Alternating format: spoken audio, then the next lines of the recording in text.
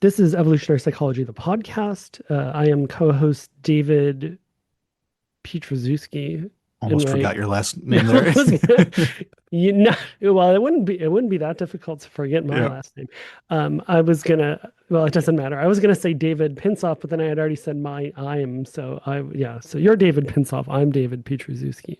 And this is Actual Evolutionary Psychology, the podcast, Actual Evolutionary Psychology. By actual evolutionary psychologists. Enjoy.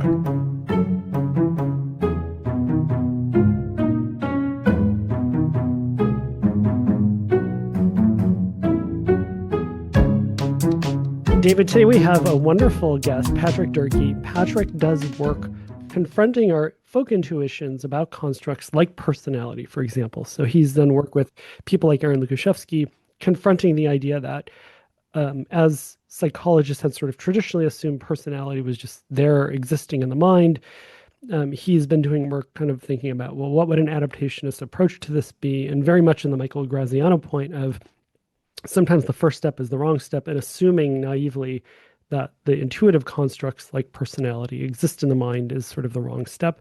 And so this is a lovely example of confronting what is personality, or what else do we talk about? Status, like what is status? Yeah. Yeah, I mean, you might think naively that status is a simple thing, and status seeking and status hierarchies are a simple thing. But in this episode, we really delve into the unfathomable complexity of what status is and how it touches on virtually every aspect of our lives, how it interacts with our personalities, how we look for niches to fill in our social world, and how social ecologies can affect our status seeking strategies, and how moral progress can change what status games we play. We even get into inspiration and what it means to be inspired to pursue a particular endeavor. This was a really fun, wide-ranging conversation. I think you'll It, like it a lot. it was an inspirational episode. And we even get into like what are emotions or personality? What is personality from the perspective of like, is personality sort of in a weird way the opposite of what free will is? Like, I like this Right. very cool thing that we're getting into. So by drilling down into the mechanistic details of the adaptations, we're also sort of making the familiar strange, to use that lovely quote that John and Lita used. That was a quote from William James. So this is a Yep. lovely, inspiring, and nicely strange episode with Patrick Durkee. Agreed. Enjoy. Patrick Durkee, it's lovely to have you here. Um, you are an expert in status, in personality, in different types of status, and how personality traits might affect status acquisition and how good you are at seeking status. Why don't we begin at the beginning and just try to define what status is? What exactly are we talking about? Oh, Jesus, starting with Or the personality, either hardest one. possible Yeah, problem, I guess. You can take either your start pick. with status, personality, or what a definition is generally. That's Yeah, or Yeah. justice or truth, whichever Yeah. yeah, whichever one is easiest for you. reality. Yeah. Well, I think if you like look in the literature, like the definition of status that I think you'd see most often is something like the average kind of differences in attention, deference, control over resources, basically, that people have within a group. Okay. And yeah, I think that generally, like that's kind of the definition I've been working with, but maybe just because that's the definition that is out there in the literature. I Okay. think like really what like I've been trying to work towards is more like, yeah, what is status like within the mind in a Hmm. computational sense? Or is status even a thing in the mind per se, or is it an emergent kind of thing that comes out of the computations going on in the mind and what those computations actually look like, I guess. So if people pay attention to me and listen to what I say, and if I tell them to do things and they listen to me and they do it, and I have lots of stuff, then by your definition and by the definition in the academic literature, I have high status. Hmm. Yeah. Okay. And it seems to me that we also kind of need an explanation for why all those things go together. Because in theory, they could be decoupled. It could be that I have lots of stuff, but nobody listens to me or cares what I have to say. It could be that everyone obeys my every command, but I'm very poor. So, why do you think these things go together?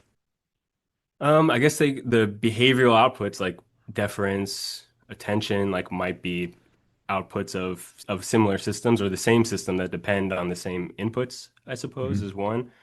And one of those inputs might be something like, yeah, resource holding potential, which is, from the animal like ecology literature, like an organism's ability to take or defend resources from other organisms, and and also willingness to do that.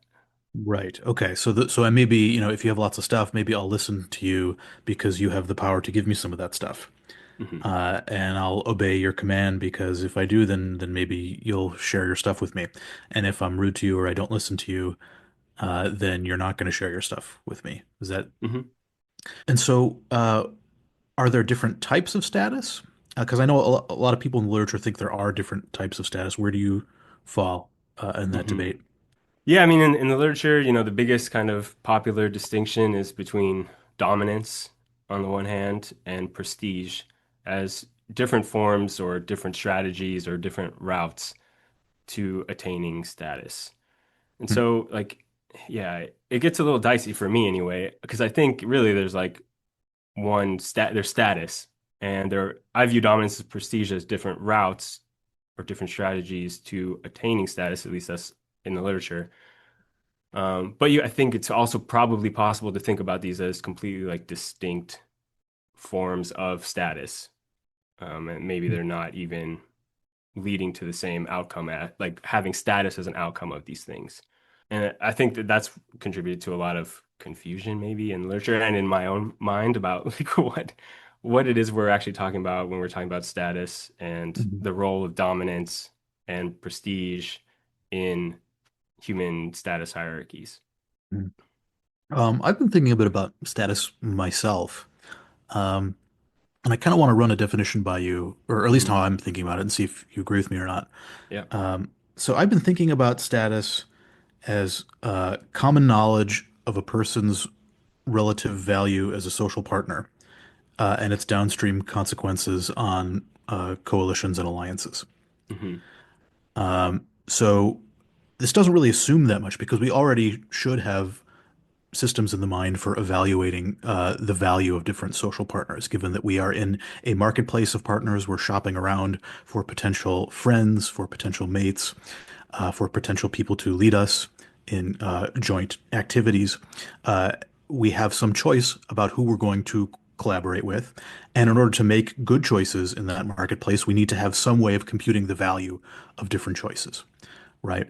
And so if someone is just really valuable as a social partner, then it benefits me to pay attention to them and to try to be nice to them and form a relationship with them just because they're higher value. And then the common knowledge of it is important because if I think you're really awesome, but everyone else thinks you suck, well, then you're not actually very awesome because a big part of your awesomeness is common knowledge of that awesomeness. Because eh, if you have lots of people who will take your side or cooperate with you, you're going to be a much more valuable partner. But if everybody hates you and I'm the only one on your side, that's going to be really bad for me. Hmm. So it's not just your value, it's also we all need to know that everyone knows that you're awesome or that you're superior as a social partner. And once we all have common knowledge that you are a really good social partner, well, it benefits us all to take your side in conflicts Hmm. and to try to form political alliances with you. If there's some sort of political conflict where you're going to benefit and someone else is going to pay a cost, if you're the better partner, then it benefits everyone else to take your side. And if I know that everyone's going to take your side, then that benefits me even more if I'm going to take your side because I'm going to be in the majority. And so when there's common knowledge of your superior value, that creates a strong political incentive for all of us to have your back, to take your side, to oppose your enemies and support your friends, and to avoid ganging up on you and gang up on your rivals, say, or to imitate you, to try to signal our loyalty to you. So that's how I'm thinking of it. It's common Hmm. knowledge of a person's relative social value and its political implications. What do you think about that way of thinking of it? Yeah, I like that a lot. I think it's closely aligned with like how, for example, Aaron Lucheski and I have kind of talked about it too, which is kind of thinking about it like status is, or like your representation of somebody's status in your social world is kind of capturing like your assessment of the collective like welfare trade-off ratios that people have towards that person. Mm. Where, but I like the way you put it too. You're just recognizing somebody's like relative social value as a cooperator or something like that. And yeah, because again, that helps you, like you said, kind of figure out like what are some good strategic alliances to make, who should I support in conflict, who should I defer to because they have XYZ people backing them up, and Mhm. that sort of thing. And it's very similar to, for example, like when I took a class with John Patton back in the day, like right at the beginning of when I was getting into evolutionary psychology. It's very similar to how he viewed status as well, as this kind of Mm. like marker of who's got the coalitional support behind them and who has Mhm. more coalitional support. And again, that really does tie in with the biological literature in a lot of ways, just with more individuals. And when it comes down to resource holding potential, it's if things came down to in a conflict over a resource or a decision, um, who has more resource holding potential in order to win that conflict. And the thing that makes it trickier in humans, or apparent seemingly trickier in humans, is that the way you get more people on your side in a conflict is not by forcing them, probably, to fight for you. Maybe that works in some situations, but probably an easier thing is to have people just genuinely want you around and want you to continue to exist and want you to have things your way, either because that benefits them or because they actually value you so highly that they just want you to have things a certain way. So That's yeah. Oh, go ahead, David. I was just gonna maybe segue into where personality fits into this picture. Do some personality traits lend themselves to status seeking or higher status? Um, do we seek status in different ways based on our personality? What do you think is the role between personality and status? Yeah, so I think it might help, yeah, to kind of back up into still stay in the maybe the status realm a little bit and figure out, Okay. yeah. So if you want to know like what personality traits might be useful for getting status, navigating status hierarchies, maybe we should make a little bit more explicit like well, how do you get status in the first Mhm. place? Like what is the currency of status, I think, and Yeah. which we've already kind of been talking about a little bit with this like dominance versus prestige distinction and figuring out like what is status. So I guess if we were going to work with like this definition that status is like this collective recognition of basically other people valuing you and being willing to come to your defense or your Mhm. aid over Mhm. in a conflict, then we have to figure out like how do you get people to increase their valuation of you is the key there. It's just going back like to the logic of cost and benefits, right? That's something we've talked a lot about is it should be generating benefits for people. So either you're really good at generating benefits for people, or at least you're willing and or you're willing to try to do those things. So this is actually like a to be comment at one of my talks, like as my first year of PhD student, I was talking about some of my status work and talking about, yeah, like generating benefits versus generating costs.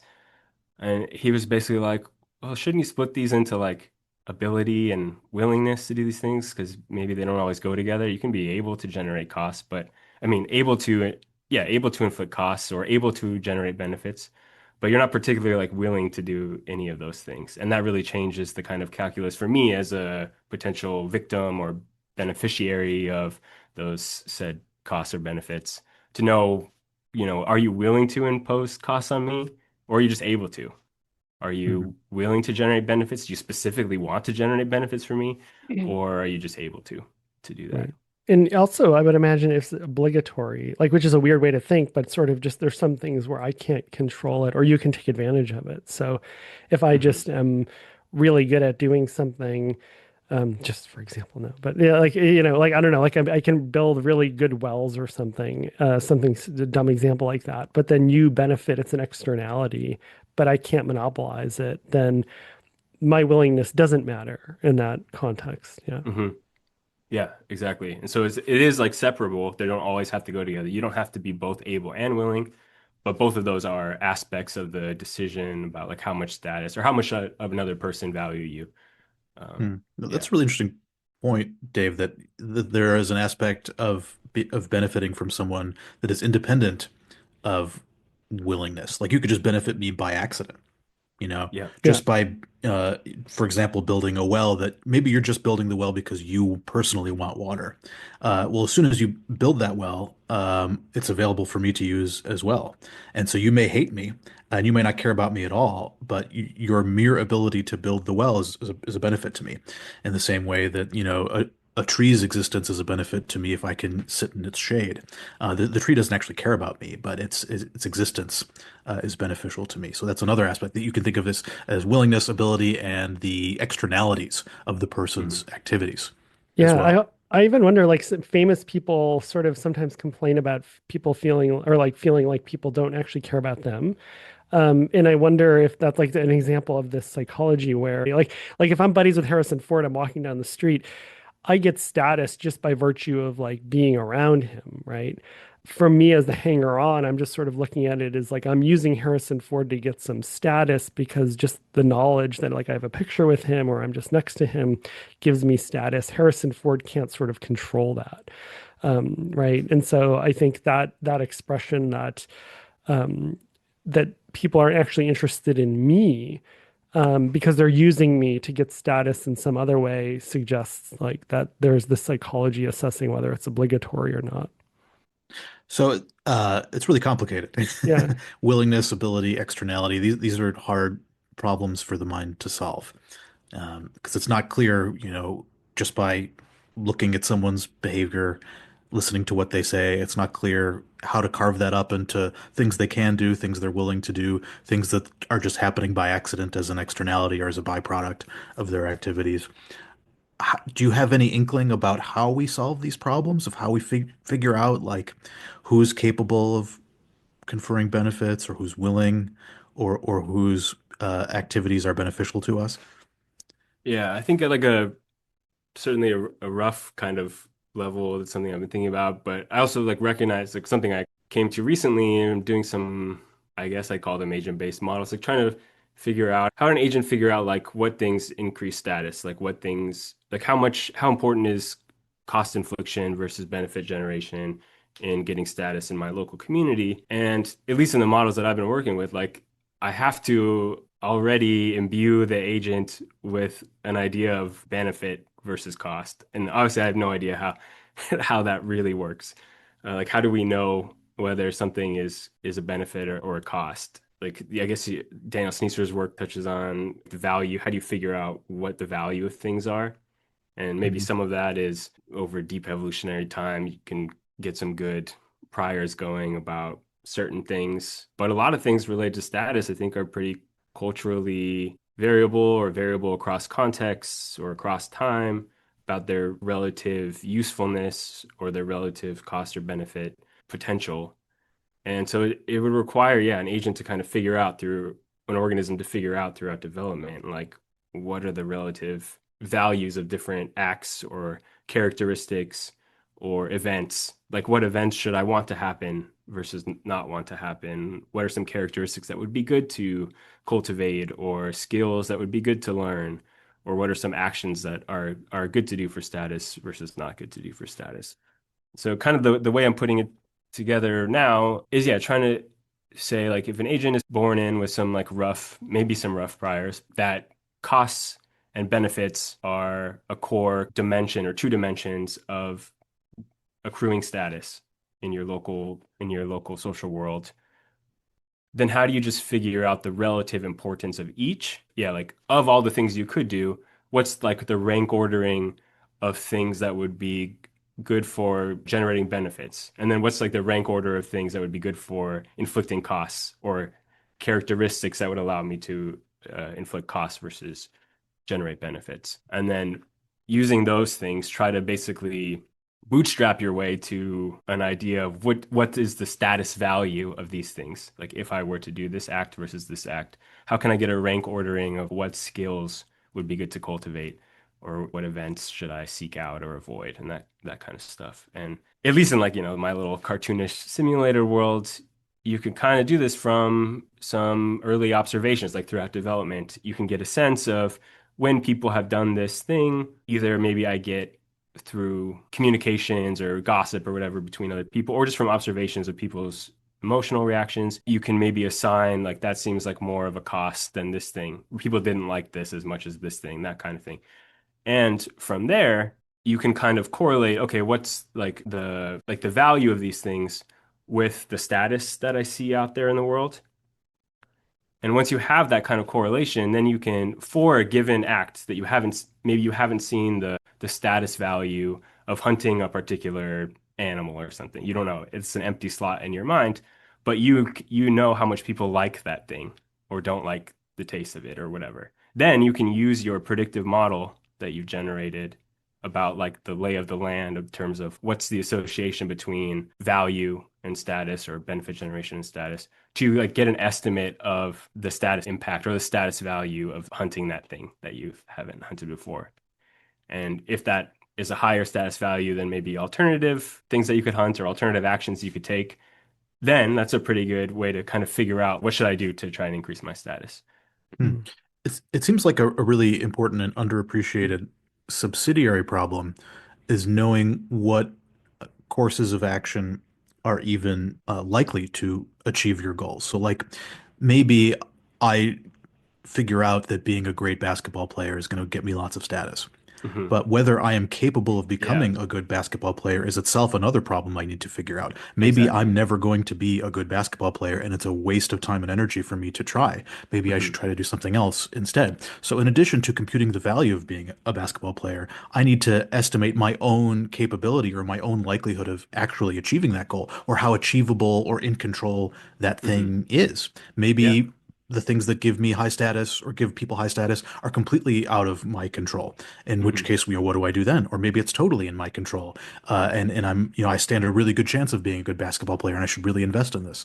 And so that to me is another interesting problem, and I suspect our the emotion of inspiration might have evolved to solve that problem. That if there's a really high likelihood that investing time and energy into this activity is going to pay off in the long term in terms of my status, I should feel really inspired and energized to invest in that activity. But if there's nothing I can do to become a good basketball player, I should feel the opposite of inspired. I should feel depressed, or I should withdraw from that activity and look for other more inspiring investments. Do you buy that way of thinking?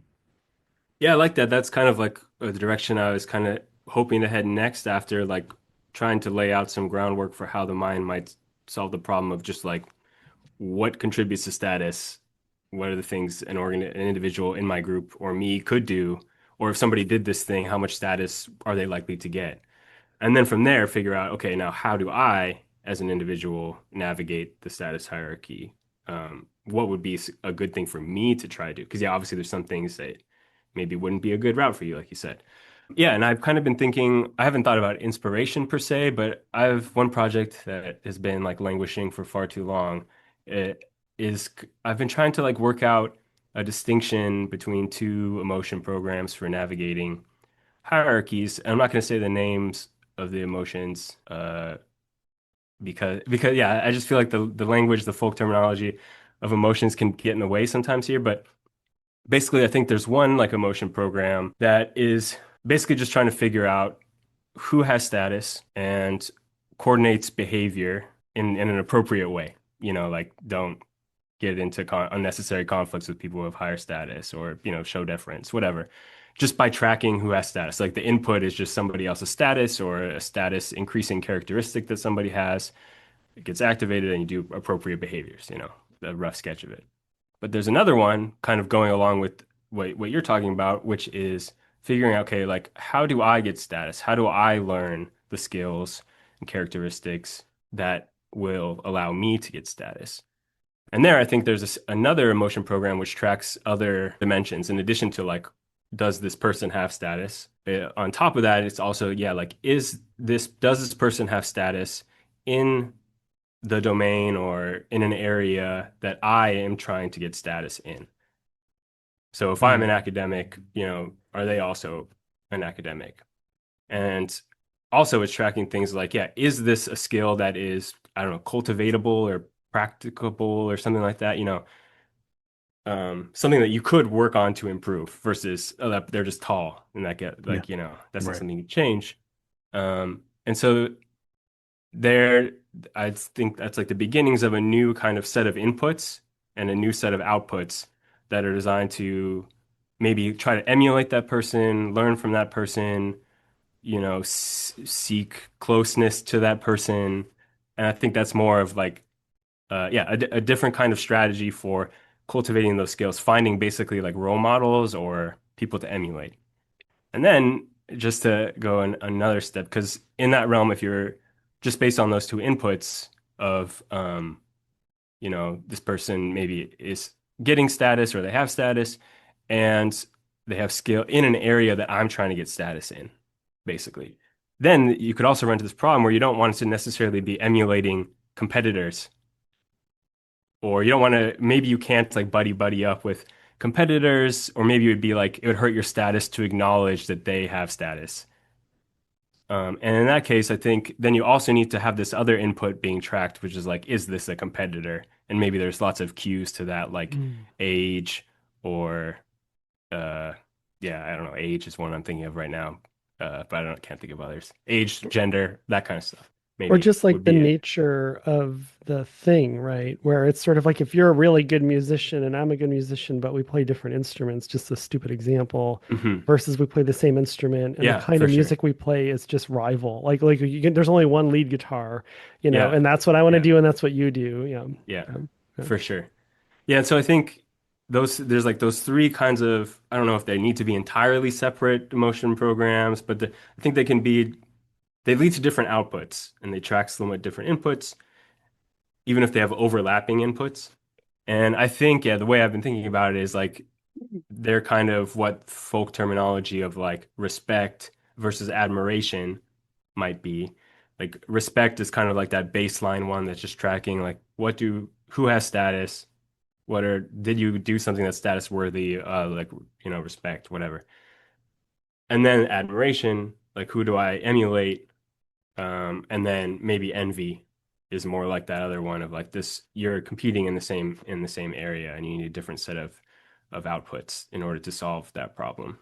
Yeah, I like this. What you're both saying is like this idea of status as a learning problem is super Hmm. cool. And David, I love this idea of inspiration.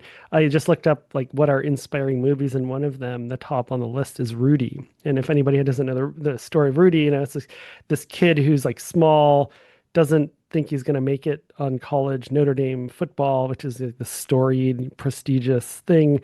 He just works really, really hard at it. And just by virtue of being the underdog, it's this inspirational story of the underdog by means that are not traditional or were opaque. It doesn't have like he's not strong. Like an underdog story is not like, well, my dad's a senator. I'm, 6'5" and, you know, super muscular and I'm playing on the Notre Dame football. Like that's a terrible movie, but this is like he's a janitor, and he's like, cleaning the stands, but he loves the team and his heart is in it and he wants to be affiliated with the group. And there's no guy like, there's no guile. It's all just sort of, I love the team and he doesn't want his own status. And this is an inspirational story. It suggests that there's a system that always keeps the outcomes there that we might want. Like, I I watch somebody, I learn that being winning a fight is a good thing, but I might be small, and I can't actually do the same thing. Like I can't win the fight like the big guy I just saw. It would be a bad design to dump that as being a good thing, even if I don't think I can do that now, because maybe if I team up with four other small guys, we can still do it, right? So I think like there's this really interesting, complicated compositional structure where there's sort of what are the expected reasonable means, what are the ones that I can probabilistically do? But then there's like some outcomes where it's like unlikely, but there's always interest and attention on if I discover unsurprising means that I didn't see, attend to that. And I think that's what like movies like Rudy or underdog movies in general, I think like why people watch them is because it's providing the input of this is an outcome that people would want, but there's a scenario here of it's surprising given what the preconditions are that this outcome happened. Mhm. Yeah. Yeah. And a lot of like the motivational self-help industry is Yeah. about trying to inspire people and making them think that they're more capable of achieving high status than they might have thought. Um, Yeah. and it's an interesting question why we're so vulnerable to being misled about the like because a lot of people just really are probably not going to make it. Like not everyone can be a rock star, not everyone can play Yeah, for the exactly. NBA. Like we like to tell people, oh, you can achieve your dreams, but like not everyone can achieve their dreams. That's the sad fact of reality. But we love to hear that we can.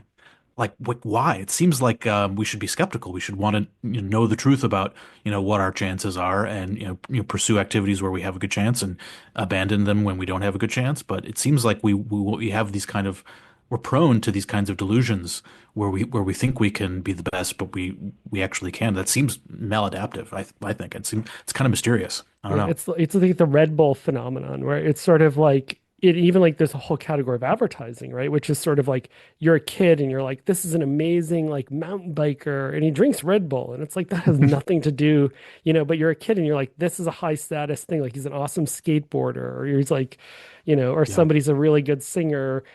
What shoes do they wear? Like it doesn't Hmm. matter. But the fact that there's leakage of these things, which yeah, is interesting. And I mean, obviously, like I think there's probably, I mean, Patrick, you've probably thought about like this kind of thing. Like, what do you think? Is it like that the world is causally opaque and there's sort of an erring on the side of you don't know if the shoes matter. So Hmm. if you can get them, why not? Yeah, there's a couple things like yeah in those threads. Like one is like yeah, like why are we so do we seem gullible to be like oh yeah I can attain like a lot of status, I can be a big shot and like that. Yeah, I guess I don't know how like culturally widespread that is. So that like, that might be like really just like a one of our quirks in Mhm. the like the Western world. I don't know, but Mhm. also if it is really like a more culturally widespread thing, then yeah, well, the first thing that comes to mind is like some kind of like if you shoot for the stars, at least you'll land on the moon or whatever kind of thing. Like a little bit of an error management maybe approach, to be like, well, you have to really like be trying for the top to hopefully that you land somewhere else, in order to be motivated. That's like one potential thing. But then even as I'm saying it, I'm like, I could see that backfiring pretty hard. Yeah. People are just like, yeah, that person really thinks they're hot shit. Like they're not. And yeah, so I do think that's an interesting problem to try and unpack. And I don't have a good answer for that one right now. Um, but then as far as like that phenomenon of like why the hell can pro athletes or other high status people basically like be used to advertise things that aren't actually like crucial to their Yeah. success, most likely Causally like to their relevant. Like status. it's causally Yeah, irrelevant. Like, yeah, it's yeah, along for the ride. Yeah. yeah. And that's kind of one of those problems that led me to think a little bit more about like, yeah, like what problem is our mind trying to solve or capable of solving when we're trying to tackle this problem of how do I get status? Because yeah, the world is causally opaque, and this is a pretty wicked like computational problem. Like as a field, or across all of science, like figuring out causes is like one of the most difficult problems. Um, and in psychology, we do a pretty crappy job of it. And It is pretty crazy when you think about it. Like we have, thousands of researchers working over decades trying mhm, to figure out this problem of like what is the cause of success. Like that's the holy grail of the social sciences. Like mhm, what causes the desirable outcomes that we're all seeking in mhm, life.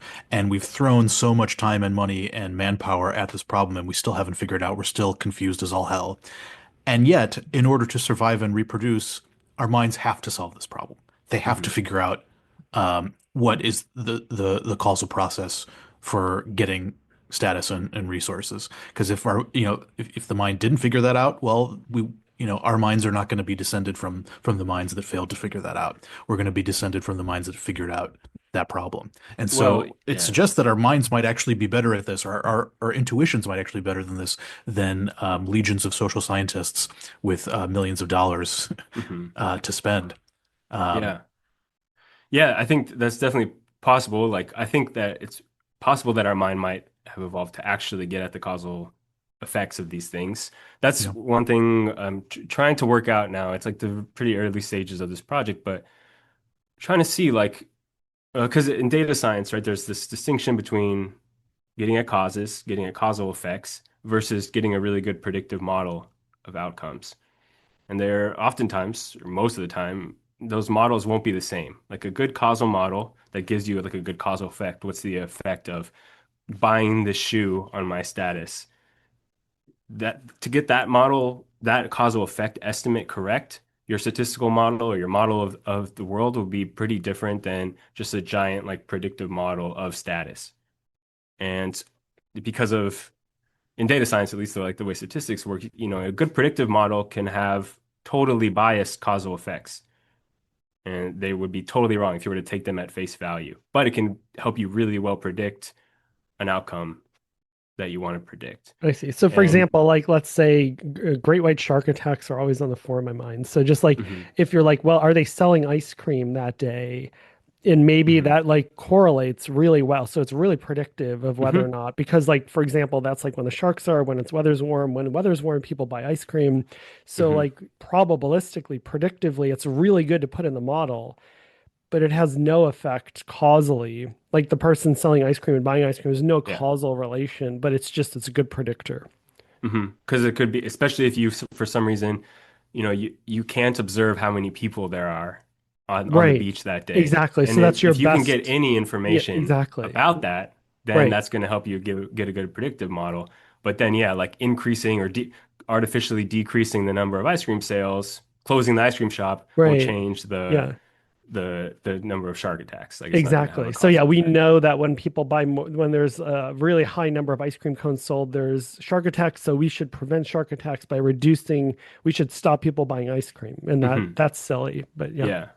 Yeah. Hmm. But like the thing that kind of what I'm trying to get out of this project is to look at like under what circumstances, under what like causal structures of the world will a predictive model be like good enough? Like, because that's what we're really looking for, right? We're looking for like what might be good enough to work for an organism. It might not be the most optimal thing. Like I agree, the most optimal thing would be like a good causal model or some magical system that figures out the causal structure of the world. And for some problems, that might be totally feasible to do. But for other problems, it might not be feasible to do that. And I'm working on some simulations now, which hopefully I'll talk about at HBEST this year, which is kind of showing that at least under some circumstances, which might look similar to how at least I think of the causal structure of status, like a predictive model like could be like pretty decent, could get you pretty far. And if we have like these mechanisms that are kind of just forming predictive models, then you might actually expect that people will just pick up on these erroneous cues and use them. Like what shoes do people wear? What watch do they wear? That kind of stuff that isn't actually causally relevant, but it's just because you have this predictive model, it's going to pick up on those things. And Hmm. maybe that's like an outcome of the something weird about our world or something that there are all these like extra erroneous cues that actually like aren't part of the causal structure. But yeah, that's another kind of empirical question, I guess. Hmm. Yeah, can we make it concrete? Just like just so sort of like there's an example. Like let's say Hmm. this problem of learning. I'm a kid and I see somebody fishing, Hmm. and they get a lot of fish, Hmm. a lot more than I've ever seen before, and everyone's really happy about that. Hmm. So that's like the event, Hmm. and there's lots of ways to carve that event up. And Yeah. is the idea sort of what you're saying that there might be privileged categories? So like the lesson I could draw from that is like providing people with a lot of fish is a good thing, or providing people with a lot of resources is a good thing, or things that are hard to catch that people like is a good thing. That's one issue. Another issue is like, well, how do they catch a lot of fish? Like, I could try to fish there another day when they're not there. I might look at all the things they're using, like the physical accoutrements, and then say, copy what they do. And maybe that's where like the sneakers and the watch kind of parasitize on because we're sort of like, I don't know why they caught a lot of fish. If I did, I wouldn't catch a lot of fish myself. So I don't know. So maybe I should just emulate everything. So I'm going to wear the same, so like I'm going to wear the same shirt color, even though I don't know if that's relevant. So I'm going to over Hmm. imitate in a way. So is the idea that there's these sort of pre-privileged structures that are part of the predictive model? Is that sort of what you're saying in the context of this sort of fishing example? Yeah, like for the fishing example, right? Like I'm just gonna imagine there's like it's cold weather that day, and I don't know if this is true about fish, but let's say when it's cold, like the fish are more active, they're like Right. near the surface or something, they're hungrier or whatever. And when it's cold, people are more like want to wear a jacket or wear some fur or something, you know? And so you have this confound of weather that's leading to this new cue of like what is this fisher who's going to catch more fish than usual, like oh he's wearing something different than typical or well you know whatever, and he catches more fish. And so you have the confound there, the weather, so you don't if you don't have a pre-built system that like kind of removes or holds constant weather in figuring this stuff out, or controls for it basically, like you won't be able to, you might miss apply the correlation between like the sweater wearing and the fish as a causal effect, thinking that you can wear a sweater and that's gonna let you get more fish, right? Right. Um, yeah, and This is then Hume's problem of induction, right? Like every time that you see, and this is like famously like philosophically like in language learning, that any one instance, there's an infinite number of things you could sort of learn from that instance. mhm, Like the person was successful because it was a Tuesday. The person was successful because they were wearing a fur coat. The person was successful because it was a Tuesday and they were wearing a fur coat. Like all kinds of mhm. crazy stuff. And what you're saying is without some built-in ways of narrowing that down in this context of learning about status, or maybe status inter inter inter um, interpenetrated with like event cognition, so sort of like what leads to catching fish, or what are the things that plausibly might do that. Without that, you're really out of luck. Yeah, and obviously that's like a whole another like research area that people I'm sure are looking into, and like on the top, but the status problem is that there's like hundreds of things that people are doing, and even figuring out like which of those things actually change their status is another like a level of that problem. And yeah, again, this is like I'm really early in trying to even like define like this problem in like little statistical models. So I don't know how much more I can really say about it, but it seems like there will be some problems that are intractable. Like you can't solve them as an organism with your experiences. Especially if you can't do the interventions yourself because they're too costly or they're too inefficient. Like you would have to do, hundreds of these interventions yourself to really know the causal effect or whatever. And in that case, like the better than nothing system to evolve might be just a prediction model that makes some mistakes, but it's right often enough in getting the relative, like it might be wrong for every actual causal effect, but about figuring out the relative, which things tend to be better than other things out of 100 things, it could be useful for getting like a rough estimate of that and So helping you rank order that in your head. I think considerable insight can be made here by dividing this into two different problems that are intimately related. So the first problem is just how do I get status? How do I intervene on the world to get status? And with that, prediction is not enough. I need causality. I need to know what causal processes are going to increase my status. Mhm. But there is a second problem that I think is too often overlooked and is extremely important, and that is a coordination problem. And that is, how do I reach agreement with my community about who is high status and who is low status? Hmm. And for that problem, I don't necessarily need to know the causal structure of the Mhm. world to solve that problem. I just need to know how to predict who people are going to listen to and pay attention to, who people are going to side with, and who they're not going to side with. And for that, correlation is enough. If people Mhm. who wear fancy suits and use big words are high status, it doesn't matter if the fancy suits or the big words cause the high status, as long as everyone thinks that everyone else thinks that those are high status traits. then it benefits me to go along with the group in assuming that these are high status things. Hmm. And as soon as you have that coordination that we've all coordinated on, the people who use big words, the people who wear fancy clothes, these people are high status. Well, all of a sudden, I can take advantage of that by imitating those high status words, by wearing the fancy clothes, and tricking other people into thinking that I'm high status because they've already coordinated on the fact that that thing is high status, Hmm. right? And so it may be not merely that the causal problem is too hard to solve and therefore we just settle for the correlates. It may be that the correlates in some cases are enough Yeah, because of for this sure. important aspect of coordination Hmm. that is at the heart of it. And Yeah. and when coordination enters the picture, you can have a self-fulfilling process where people are high status for being high status, where they Hmm. don't actually have any special ability to generate benefits, but because everyone thinks that everyone else thinks that they have those abilities, they have high status. And in cases like that, the status bubble can burst once we all gain common knowledge that the person isn't all they're cracked up to be. And so I think it's another aspect where coordination, common knowledge is really overlooked and important part of the process here with Yeah. status.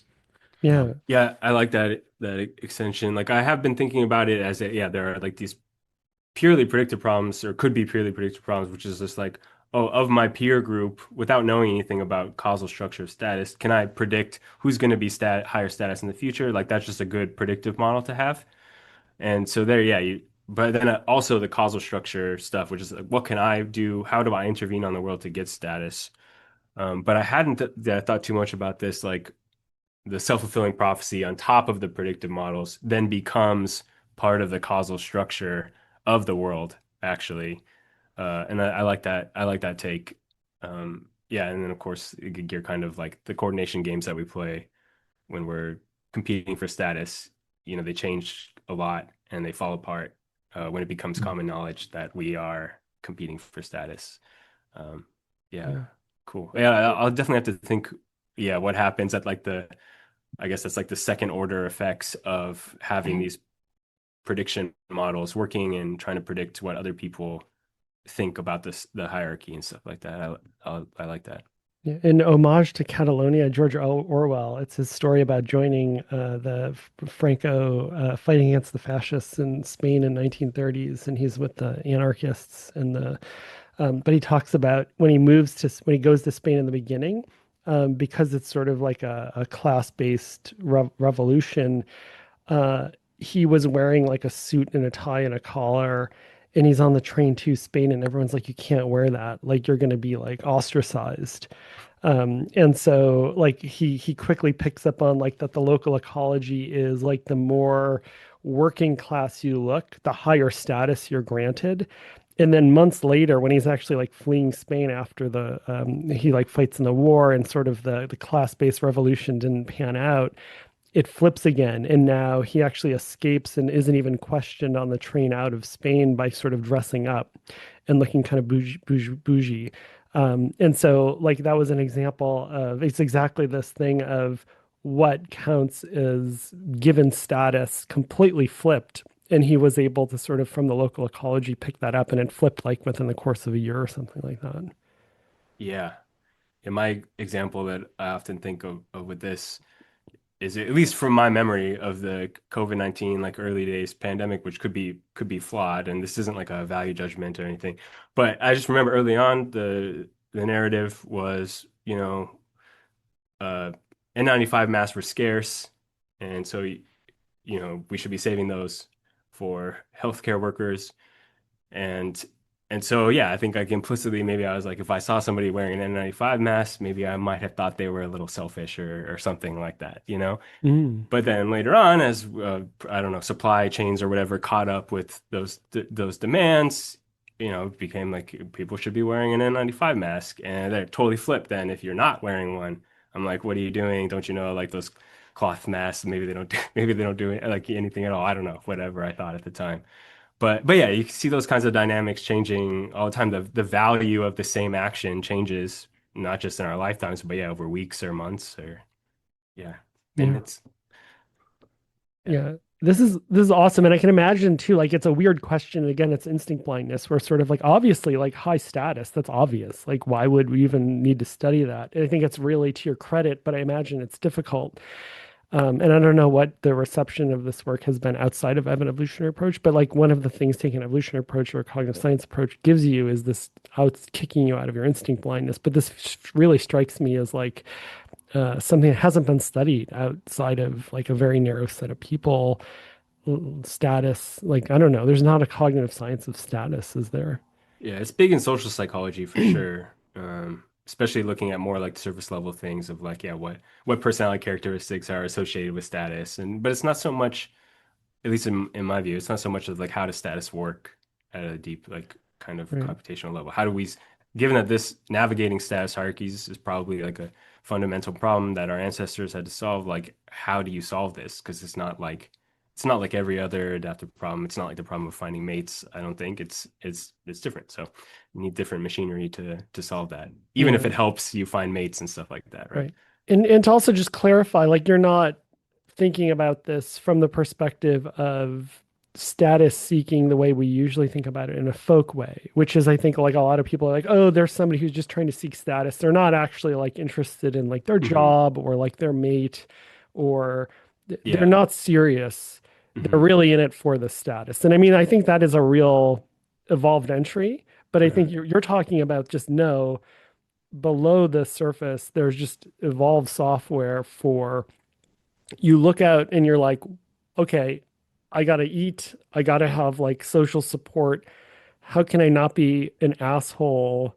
What do people like and what can I do so that I have support and that people don't think I'm an asshole? So I think like a lot of bad things get thrown under the rubric of like status seeking, but I imagine a lot of good Hmm. things, like as just kids learn up of like when you're mean, other kids don't want to play with you. Like that's part of figuring out like what to invest in for Yeah. status. And I don't think it often gets framed that way. Is that consistent with how you're thinking about it? Like Yeah. that I've caveat that it's not the folk category hmm status seeking? Yeah, if in fact I think I've in my head at least like implicitly, maybe not explicitly, like pretty much framed it as just like you're just trying not to lose status. You're not trying to go down. Like many people might not really care that much about be going up and up and up and up, like becoming like the, top of the hierarchy or whatever. But I would wager that like nobody is like, yeah, like I want to go down in status. Like Hmm. nobody. And so I think that's really what it's more about. It's about like avoiding the problems of that come with, yeah, losing social support, like ostracism and yeah, Defensive and the status, as conflict David and talked about about. yeah, Yeah. Yeah. mediating these kind of conflicts. So, I mean, that's one of the hypotheses from the animal literature about like what are hierarchies for, if hierarchies have a function, what is it? And it's to maybe stabilize like intergroup conflict over resources. And so if Mhm. you're pushing, I don't think many people are just going to keep pushing and pushing. Like, I think this is probably well calibrated to kind of figure out like what seems reasonable and just you don't want to be losing status because that's where, you'll get a lot of costs, I guess. Yeah, no, that's a great point. I think the folk concept of status, I think, ties much more to the offensive version of status or the being superior to others, rather than the avoidance of being inferior. And I think that's why we often see status seekers as assholes, is because it's much more of a threat to me if you're trying to be better than me, if you're trying to outdo me. Because if you're trying to outdo me, then my status is going to fall as a result of your pursuit. But if you're just trying to avoid looking worse than me, you're just trying to avoid getting ostracized or ganged up on, that's much less of a threat to me, and it's more understandable and sympathetic. And so the problem is that our folk concept of status is mainly framed in terms of superiority. And that's why we often lose status for overtly seeking status, is because people interpret it as a threat to them, and they interpret it as a kind of selfishness. Because if I'm trying to be better than you or to others, then that benefits me and it hurts others, and the benefit to me is smaller than the cost to others, and so that gets framed as a kind of selfishness. And that, unfortunately, because you can lose status for overtly seeking status, that creates a kind of volatility where if we all gain common knowledge that we're all just trying to be better than each other, then we all look worse than each other, and we have to do something else to gain status. Or at least I've written a lot about that, and I think that Hmm. might underlie a lot of the arbitrariness and volatility of our status symbols, and I can get status for these weird random things like powdered wigs or wearing a certain type of clothing, baggy clothing versus tight fitting clothing. Um, What's weird you about can powdered wigs, David? well, it's interesting. I was reading Kidding, about this, kidding, and kidding. it is. I find powdered wigs so funny. I mean, I think the fact that we find them funny is like it's the remnants of that status game collapsing. I think Yeah, no, status games totally. Yeah. collapse once we realize that they're just funny, that they're just ridiculous. Yeah. Hmm. Historians have written about this with dueling. Like dueling used to be taken very seriously, but now we just find it funny. Like it's just kind of hilarious. The Looney Tunes like engage in dueling. Yeah. It's just a macho pissing contest. That's like this stupid thing. Yeah. But like at the time, people took it very seriously, and if you were to laugh at it, that would be a huge, hugely taboo. And so I think these status games collapse when we all just realize that they're ridiculous pissing contests. And probably many of our current status games are likely to collapse at some point in the future when we realize that they're ridiculous pissing contests. And predicting which status games are likely to be stable and persist into the future versus which ones are likely to collapse, I think that is also part of the adaptive problem of inspiration. It's not merely, what kinds of status are likely to pay off or are worth investing in. It's also like, is this status game going to be stable into the future, or is it going to turn into a laughing stock next Hmm. year or in 5 years? Right? It's going to suck if I try to invest in being good at dueling, if dueling is just going to be funny and stupid next year, right? And so I think another part of inspiration is the status game around something that isn't framed as status? Like, is it the pursuit of something higher and noble or altruistic? And that is a cue that it's going to be stable into the future. And so I think what inspires us is a person who invests a lot of time and energy into a status game without caring about status and then gets showered with status, right? That's really inspiring Mm, because it suggests that, yeah, yeah, or like, shows us like how to do it. Or like it's like yeah, you can exactly. do it too. Or like you see a avenue of like, a great teacher, a book inspired me. And Yeah, your claim is the readout. That's the readout of I see a path towards doing this thing that has these positive attributes. right. Exactly. Um, so yeah, no, I've been just thinking about this stuff a lot Yeah. lately. And I think inspiration is a really interesting topic that's underappreciated Yeah, I in like that. evolutionary science. Yeah. Yeah, especially if it like as a way of separating it from maybe admiration and envy and respect, even though it's maybe a hierarchy navigating emotion. Like, yeah, the outputs might not involve emulating people. They're just like a motivation to do a particular thing. Yeah. Or yeah, yeah.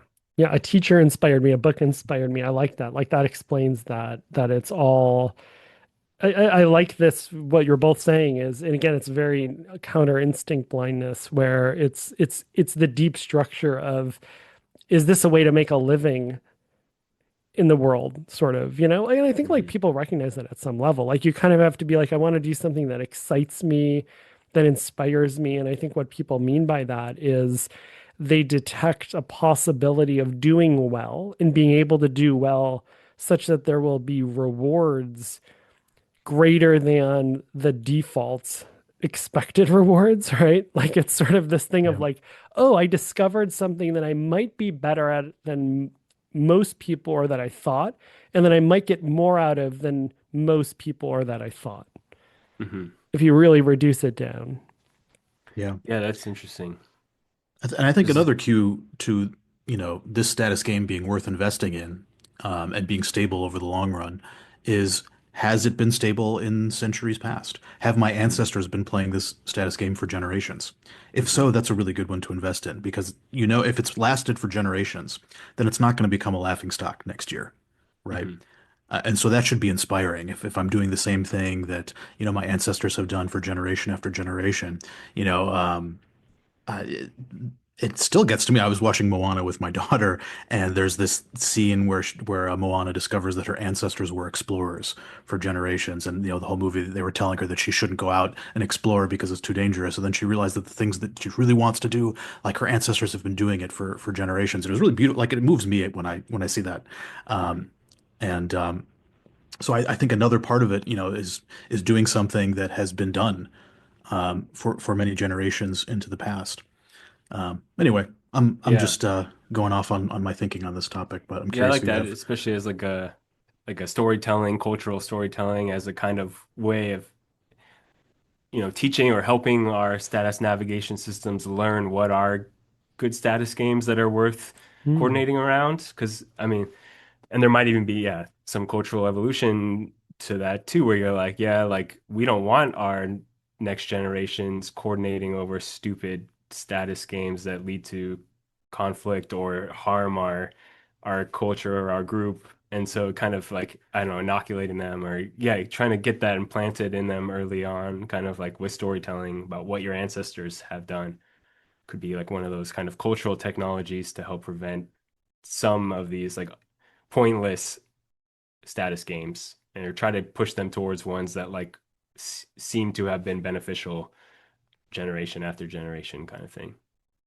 Yeah, I mean, no one gets inspired about wearing baggy pants because those are going to go out of style in a few Mhm. years anyway. But people might get inspired about like wearing the religious garb of their ancestors that their ancestors have been wearing for generations. Um, I mean, there is on the baggy pants thing, right? Like, yeah, this is going to be embarrassing to admit, but like, I think, as somebody, I grew up wearing like really tight skinny jeans, right?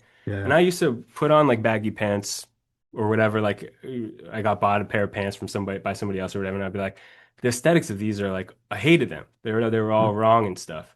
And yeah, since that trend has changed, like the aesthetic sensibility that I have has changed, and yeah, I like the baggy silhouette now. Something hmm, that I would have felt totally uncomfortable in before. So yeah, like even knowing that it will change, I was still yeah, inspired by that. You could view that as inspired by that new aesthetic to enjoy it. yeah. And embarrassingly, like I got some wide pants on. Like, you know? Yeah. I mean, it's kind of embarrassing to like look at the silly things that people used to wear in previous generations. I know sometimes like when I look at pictures of people wearing bell bottoms in the 70s, like these are so ridiculous. Like I can't believe people thought that was cool and yet people did. I'm sure at the time like it Yeah. felt like really cool, but now it's not cool. Um, yeah, our sense of aesthetics is so interestingly blended with status and hard to tease apart from Yeah. Yeah. status. Yeah, I feel like you all talked about this maybe on like another episode. Yeah, and I feel like if I'm remembering your kind of intuition of the explanation, right? I think I liked it. It's like in a sense, like keeping up with these like changing aesthetics Oh is yeah, it was itself a David. It was skill. David's wife saying that Yeah. you've It lost is it's your fashion. yeah, yeah, it is kind of like Sorry, David. a skill No worries. like and it's maybe showing like that you're I don't know, still trying to impress somebody or you're just trying to be relevant. I'm not saying this is necessarily the thing that you should be striving for, but Yeah. it is communicating maybe something if you're still trying to keep up with some trends, even if they are It signals things that that will you're, collapse yeah, soon. that Yeah. you're socially savvy enough to be aware of the trends Hmm. Yeah. because they're often pretty subtle and hard to, notice and pick up on. And if you can pick up on those trends, then you're going to be pretty socially competent and picking up on other subtle cues and avoiding embarrassing yourself. Like that's a good skill to have. I think it's a kind of social coordination ability.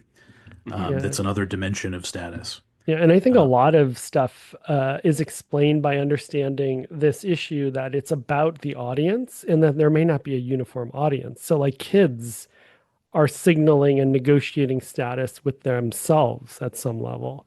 So, like the old man, like these kids in their baggy pants, it's like, and the kids don't care. The kids are doing stuff to piss off the older adults, or or the older adults just like it's not part of their status game.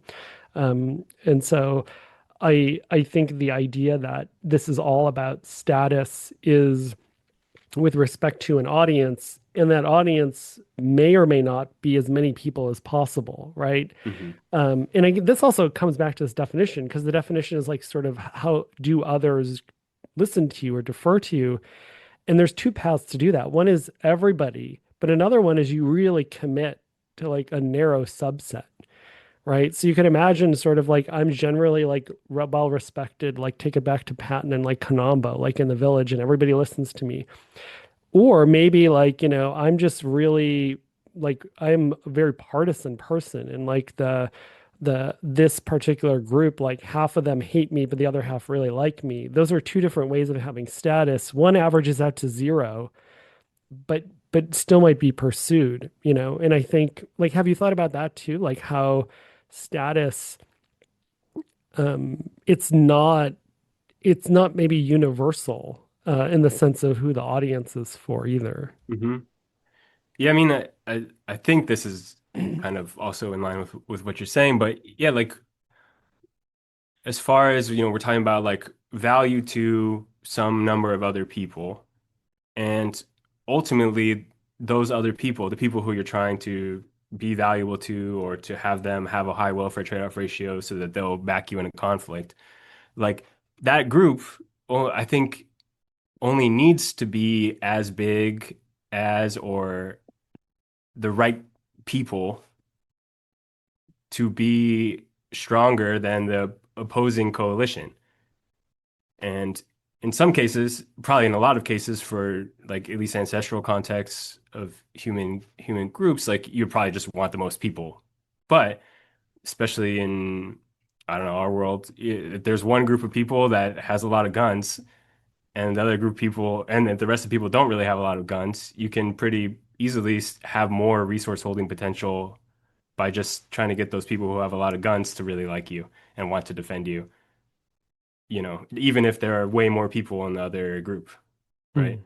So I think there probably is some of this, like you can, or like more simply, right? If there's like a few warriors and a bunch of people who are not warriors, they don't fight, then like monopolizing the warrior group can get you status, even if as a whole the rest of the group doesn't value you and wouldn't come to your aid in a conflict. As long as you at the group, the inter like yeah, your little coalitional level, Mm. you have more power, then I think that can be a stable way of getting status by, dominating another group. But really the way you're getting these group of people to come to your aid is probably through benefit generation, Yeah. for them, for the stronger coalition. Yeah. And It's that's where I think interesting. like Yeah. defining groups, which is something that like obviously, you're working on. For me, like I got to kind of that point and I was like, I don't know what a group is. And Yeah. so I don't know how to define like, yeah, these things. And I think we need a definition of how do we carve up these different groups? How do we know like who is our coalition versus these Yeah. other Yeah. coalitions? Yeah. And yeah, I think it's an inference within that software. Like I don't think it's like a thing out in the world. Yeah. Yeah. I mean, let me add another layer of complication to this already hugely complicated mess, where, it's hard enough to figure out what the status landscape is now. And that's an important part of the adaptive problem. But another hugely important part of the adaptive problem is forecasting what the status landscape is likely going to be in the Mhm. future. So it may be that the people with the guns have all the status, or at least they have all the power now because they have guns and we don't. But if I can forecast that that situation is actually precarious because those people with guns are actually resented by everyone in the community, and they're viewed as predatory and selfish, and there's an uprising of people, and though they're small now, they seem to have morality on their side, and morality is itself a kind of focal point for coordination. And so it might be better off for me teaming up with the band of rebels who right now are weaker and right now have lower status. But because they have the moral high ground, I can forecast that the status landscape is going to change if I team up with these people who have the moral high ground. And so that adds another aspect of this of choosing the status game that has more moral gravity. Because that is a good sign that that status game is going to grow and be more stable into the future than ones that are more fragile, are more um, selfish seeming, are more likely to collapse, um, etc. Of course, Yeah. so now you got to throw morality into the whole picture, Yeah. Yeah. which is its all a All whole too other real. complicated mess. Yeah. Yeah. Yeah, I mean, It and some sucks is that people, I it's think, like even status is treat just connected to morality. literally every issue Yeah. It, rem- in the evolutionary social sciences. it Hmm. reminds me again, this is the to be quote of like everything, the canonical example of evolutionary psychology is high school social dynamics, which is, it's also this thing of like the trope of like the high schooler who peaks during high school, where you're sort of like, well, what genre of kid am I going to be? Am I going to be like a nerd, a theater kid, a music kid, a jock, or, popular, or, and, you can imagine at some level there's machinery for sort of being like, what are my proclivities, but then like what's future proofing this? And the kind of trope of, oh man, high school was like the best thing, and then the person whose life is sort of terrible and low status after high school, it's sort of we sort of laugh about that, but I think it's the readout of the system of like, oh, they kind of either were a victim or judged incorrectly about how future proof the status game was. They thought like, being the captain of the football team and being kind of a bully and like, dating the pretty girl was the way to get status, and that worked. But then like the nerd who didn't have a lot of status and maybe got picked on in high school was like, well, I'm really smart and like I'm gonna be fine once high school's over, and like has a really good job and has a good life and like has high status, quote unquote, according to other metrics. I think seeing that as a trope, I think is a readout of this sort of like issue you're talking about, David, which is sort of like you can be wrong about which status game you sort of tie your fortunes to. Yeah. Yeah. I think this ties in a lot to moral progress as well, because a lot of moral discourse is about, in the next generation, our forebears are going to look back at us and see that we were barbaric for, say, eating Mm, factory farmed meat or something like that. And a big part of, the moral discourse game is finding issues that our forebears are going to look back at us and condemn.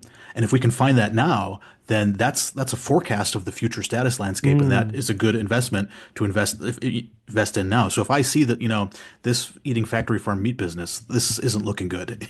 This status game is gonna collapse pretty soon, and the vegans are gonna end up looking morally superior to everyone else. So I better get in on this veganism business now. And I'm making kind of a moral status game forecast for the future. And I think, that might be part of this as well. But before we get too wishy-washy into abstract theoretical stuff, I want to anchor us into empirical stuff, which you've done a lot of really cool empirical stuff, Patrick. Um, so you've done work on how good people are at figuring out what is going to get them status and what isn't. So could you talk about your work on that question and how good are people at figuring this stuff out? Yeah, I was just gonna say this sounds like a good segue into like the personality stuff. Now we're talking yeah. about, yeah, like all these differences and how well people are predicting future status games versus, yeah, predicting all these things about status, right? Yeah, that's basically like, so after doing, or not after, but while doing this status kind of stuff, trying to learn more about like how do these mechanisms work at like a species typical level.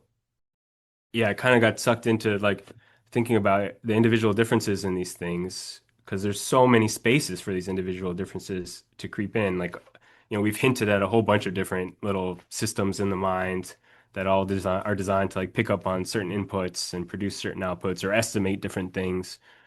And any like differences there in any of those systems that creep in for whatever reason, either due to differences in developmental calibration or genetic noise or, you know, facultative calibration, whatever, like they can produce differences in behavior. Like that's kind of the whole thing that we're talking about is like, are you going to pursue becoming a football player or an academic? Like somewhere your mind uh, estimated one to be a better strategy than the other, maybe, and maybe that was incorrect or something, but it led to differences in behavior, a choice that then will lead to other aspects of your everyday behaviors changing too, and the way you think and feel will be changing too over time. And so, really, like, I think these kinds of things, obviously not just hierarchy navigation mechanisms, all the psychological mechanisms in our head and individual differences therein, like, are the true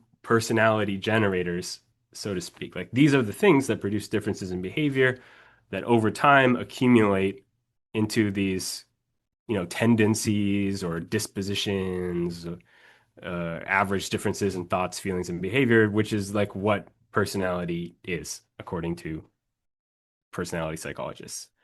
And and yeah, so I started to just think about like how does differences in our ability to estimate the status impacts of different things, like how might that play into personality? And this kind of like a first pass of trying to figure out like, can I measure these things? Can I measure differences in this like accuracy of the system? What would that look like? And then can I tie those parameters to broader traits like motivations, um, and hexaco traits is kind of where I was at there. And I didn't make really big predictions beforehand, in part just because I view this work kind of as exploratory. Like I think the theory is there in the thinking that there are psychological mechanisms that pay attention to these inputs and these outputs and individual differences in how people map these inputs to outputs will lead to behavioral differences. And sometimes those behavioral differences might be obvious, but I think there's going to be a lot of like non-intuitive ways in which our personality terminology, like the words that we use to describe people, which is what like our personality scales are ultimately tapping into, um, they're going to map onto those things in non-obvious ways. So that's kind of why I view this as exploratory, even though I think it's fundamentally rooted in theory. Um, and yeah, basically, like what we found is people who are better at, or at least have a closer assessment of the impacts, status impacts to what other people say, tend to be themselves like more motivated to get status. They're more status driven. And of course, you can imagine different like causal structures at play here. Like it could be somewhere in your head, there's a motivational, yeah, there's a motivation somehow representing how much you pay attention to status information. And because you pay attention to more status information, that leads to more accurate estimates. And then that's why they're correlated. Or it could be maybe there's some other reasons why some people's status impact assessment systems or whatever are more accurate. And then as you're going through life, you're getting feedback. Like if you have a really accurate one, you're probably going to be rewarded more often with status. And so it kind of feeds this motivation Mm, for status. Versus if you're mm, inaccurate a lot of times, maybe you don't get that feedback. And so you actually learn that maybe status seeking is not a good strategy for me. So you kind of don't have that motivation as strong. mm. So, and it could be both or, whatever. But I think there's multiple causal pathways that could lead to that. Um, yeah. And When you, then, oh, yeah, go sorry, ahead. go ahead. I was just going to ask a clarifying question. How did you measure Oh, accuracy of assessment? yeah. So basically, we have like these lists of acts, characteristics, and events, like 240 whatever things that you could do or somebody else could do. And in this research, we're basically asking like a large group of people if somebody did this thing, would this increase or decrease their status in your eyes? Or sometimes it's in the eyes of others in your community, whatever the exact prompt is. So we use that, or I use that as like the kind of criterion. So that's like as close to the ground truth as I think I'm going to get. And there's all kinds of issues with that, of course. But it's a way of estimating kind of the ground truth. What's the average status impact across different groups, let's say? And then I ask another group of people who are like the main subjects. They go in and I give them the same things. And I say, like, if you did this thing or it happened to you, like, what do you think would happen to your status? And then you can basically like, in a sense, get a, a sense of like, what is the difference between the criterion and each person's estimate? And you can get a couple of different parameters. Like one is, do they tend to overestimate how beneficial things are? Do they tend to underestimate how beneficial things are? That's one parameter, kind of like, yeah, a continuum. And then another parameter is like, do they have the rank ordering right? Like how well correlated is their estimate of the world with the objective criterion?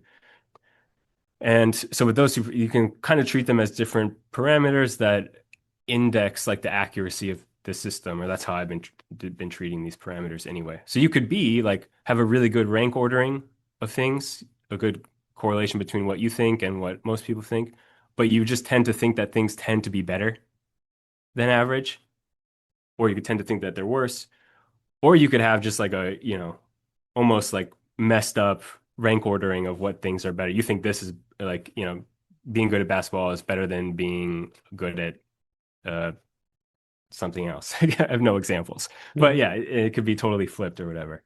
And so basically, I find that people who are have a better like rank ordering, a more true rank ordering, or a rank ordering that corresponds more to other like the average rank ordering of people tend to have higher motivations for status. And And they also tend to think that things are better for status than they are. so they Um, overestimate the status benefits of yeah. acts. But it's still, Interesting. but the relative rank ordering about like which things are better than Right. other things, they're still good at. Hmm. So Interesting. it's like, in a way, it's like they're not inaccurate. They just kind of think like everything just seems better to them, you know? Hmm. Um, Interesting. And how are you measuring status motivations? that one's just like the standard kind of, I used a couple different self-report scales. Like there's a Kenrick has one in the fundamental motives. And then there's another one, I forget the author, but they're like the standard kind of like self-report, personality type motivation questions. Interesting.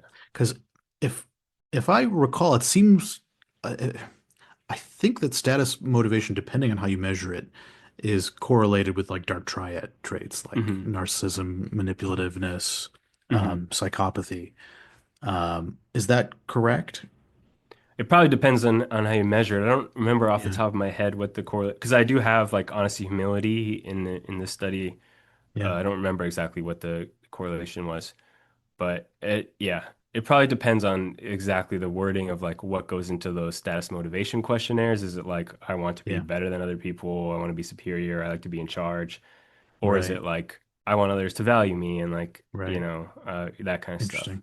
So Yeah. because yeah, like I do have the honesty humility scale, and that was another finding from that basically that study is that people who are low on honesty humility, meaning like people who probably that would correlate with the dark triad. If you're low on honesty humility, you'd be Yeah. higher on dark triad traits because they're like, super highly correlated.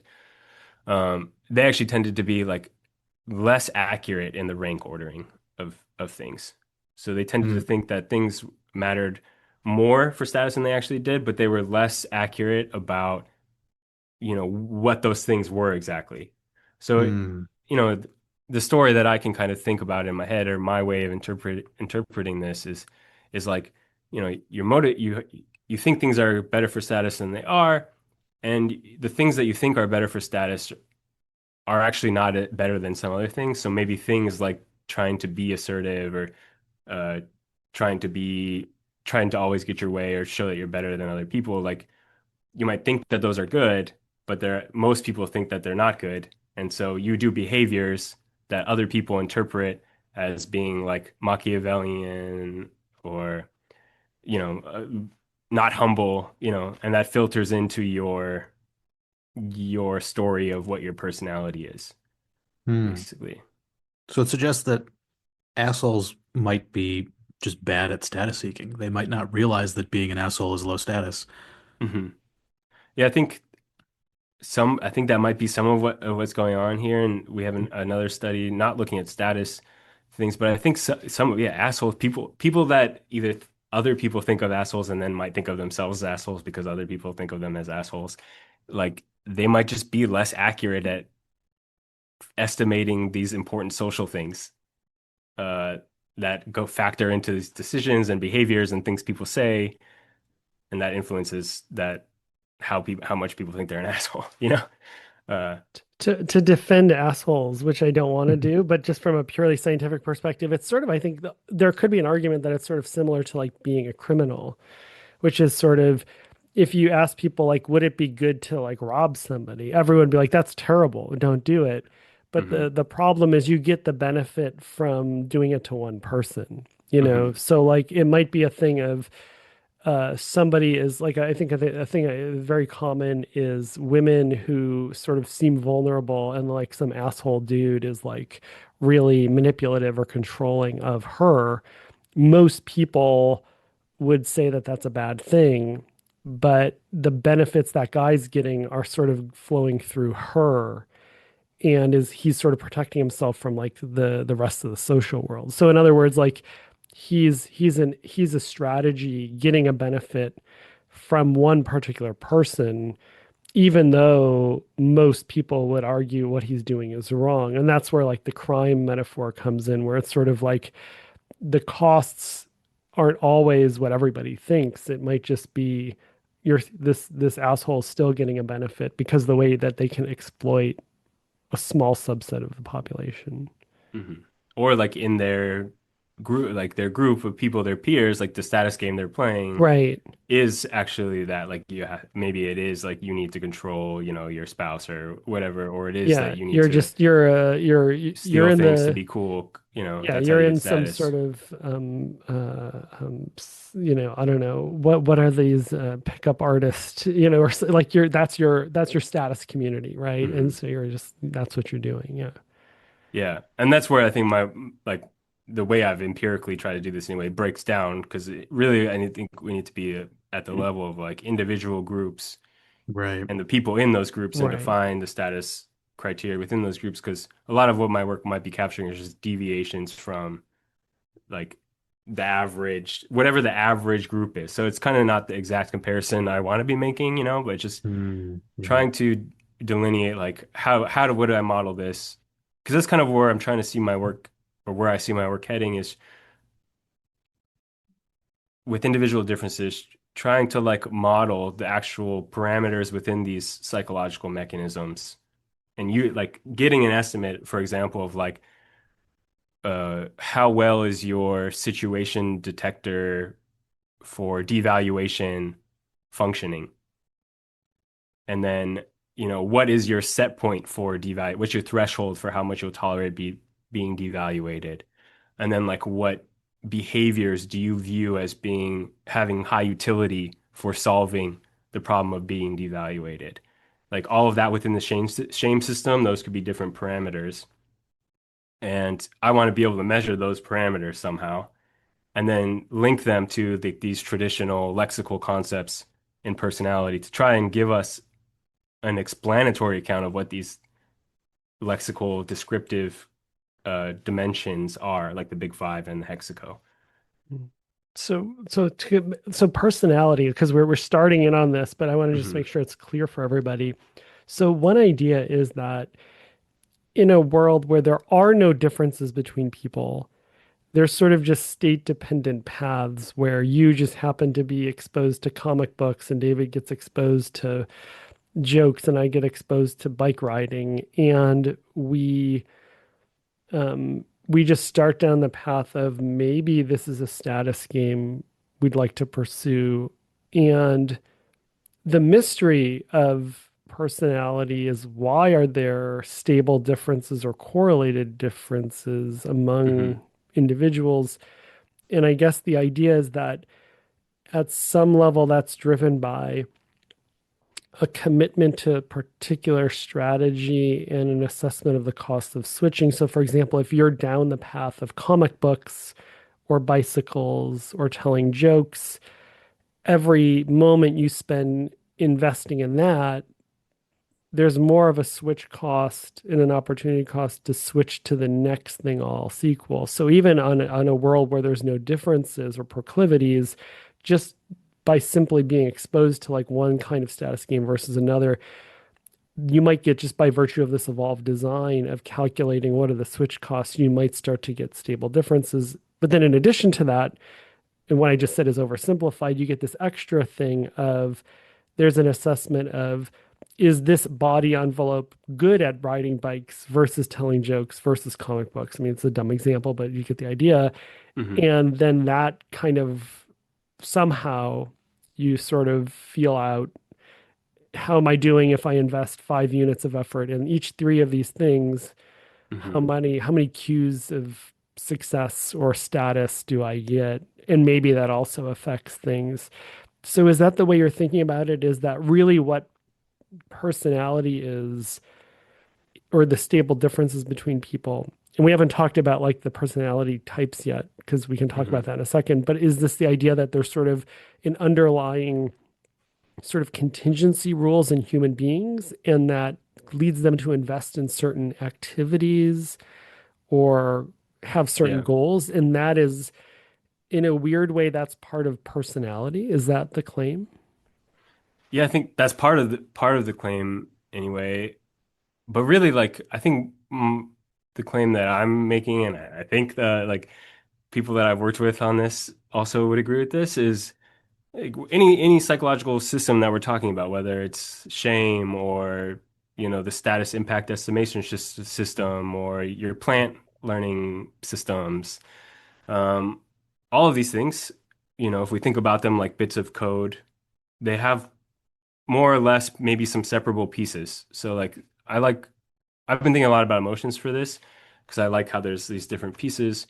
And in particular, I like this like cybernetic view, which is slightly different from like the typical view, but or the way we frame things typically in the evolutionary psychological sciences.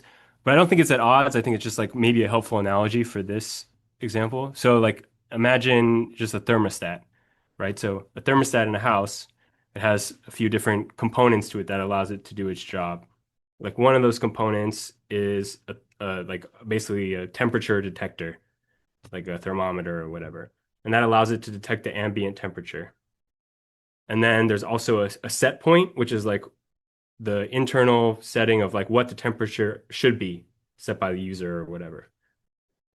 And basically the job of this comparator is to using the ambient temperature index to determine is that above or below it, right?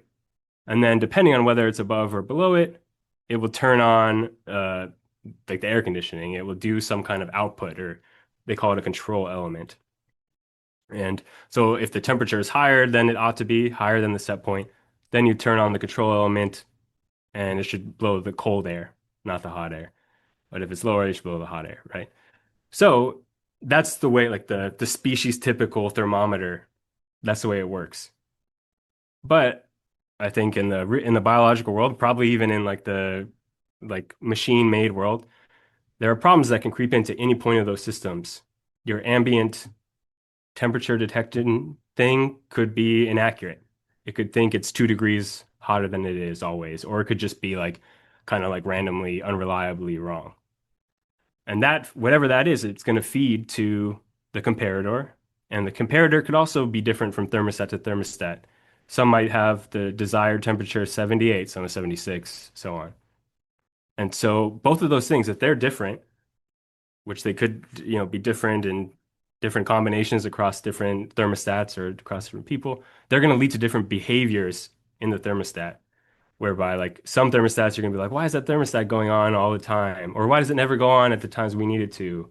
And you might make some judgments or describe that thermostat in different ways, or just be like, I don't know, my house is too hot, or my house is too cold, or it's never the right temperature, or whatever.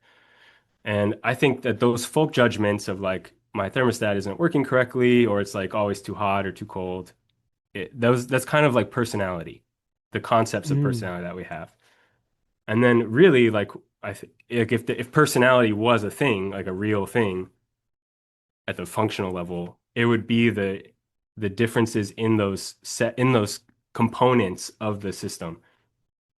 And so I think for things like emotions, for example, using that thermostat example, like you have situation detectors that are looking for and integrating cues of adaptive problems, like what's the probability that I'm being devalued right now? That feeds to some comparator, like a set point of like what is an acceptable amount of devaluation. Like maybe for most people that's zero, but there could be some fluctuation in there due to genetic noise or who knows what. And then that's going to turn on the control elements that do stuff to fix the devaluation, right? And then just to complicate that one component a little bit more is like obviously we have more than just like turn on the hot air, turn on the cold air. There's like run away, there's lie, cover things up, fight people, like draw attention to yourself, don't draw attention to yourself. This menu of control elements that themselves have some utility assigned to them, maybe that you've learned throughout development or have some strong priors for or whatever. Um, and individual differences in those settings in tandem with the individual differences in the set points and uh, the situation detecting mechanisms, like they're going to lead to differences in behavior. It might be strategic, but it could just be like there's a ton of differences out there in the world. There's maybe random, maybe they don't even really go together that much. And it's helpful for me as somebody interacting with a bunch of other thermostats or whatever to know what these differences tend to look like and just be able to describe them to other people and make predictions about like which thermostat I want in my house or, which person I'd want to cooperate with or, who's going to be good at this or not that. And I think that's what the difference detecting, mechanisms are trying to do is label things about people, recognize things about people, conspecifics that is good to know for decisions about who to cooperate with, who to mate with, etc. And because like obviously that was an oversimplified example of like how our psychological mechanisms would work using the thermostat example, but like already that's a lot to try and track for I would think for a brain. So like if you just have some summary variable that's like this thermostat is often wrong in this way, that could be enough to let you make these decisions without having to know exactly like where in that system things are wrong.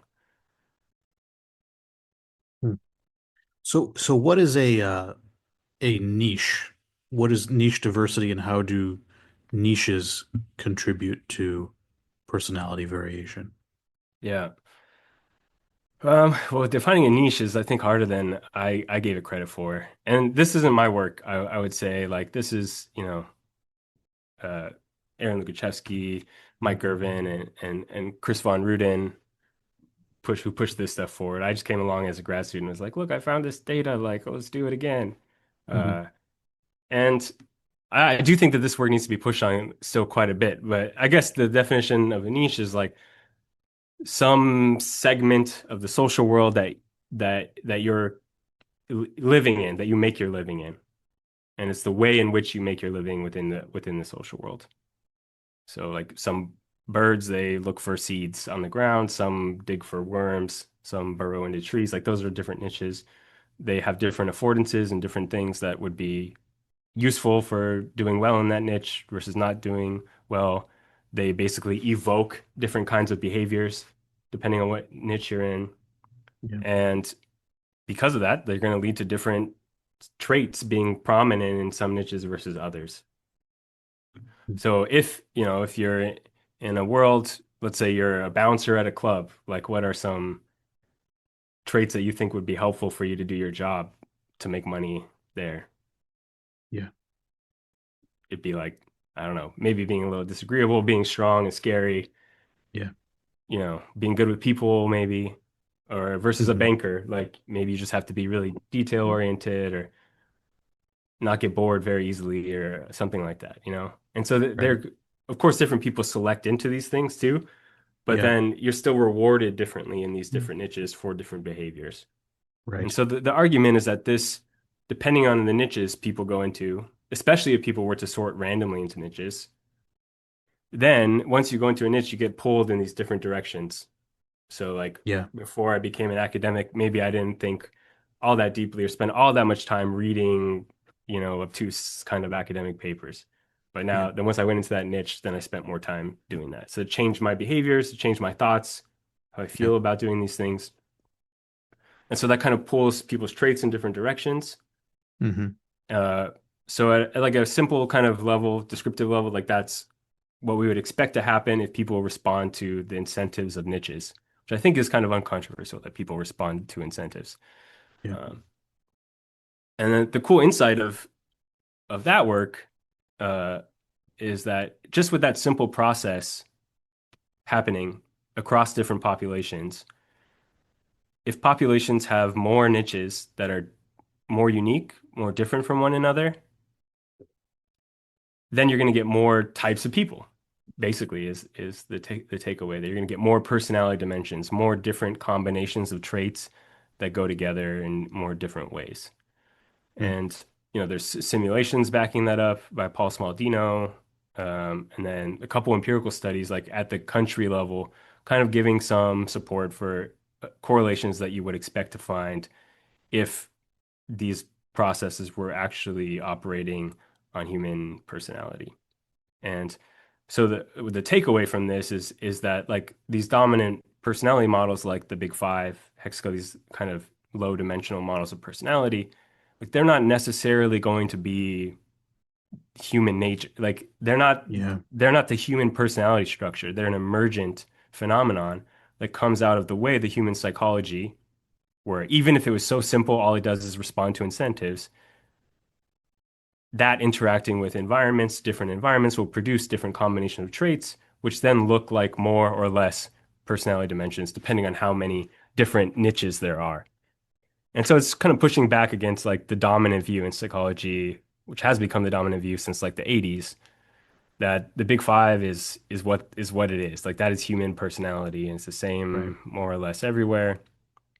And that somehow it's in us. Like Costa and McCrae, like the biggest proponents of the five-factor model of personality, like I don't think it's uncharitable to say that they literally think there are like basic biological dimensions that correspond to extroversion and neuroticism and conscientiousness and openness and agreeableness. Mm. Um, Whereas this view says, no, there's nothing resembling the big five in our biology. There's a whole bunch of little machines doing different tasks to solve different adaptive problems, and we should figure out what those things are. But they might produce patterns of behavior that look like the big five, and we need to figure out maybe why. Why does that get produced?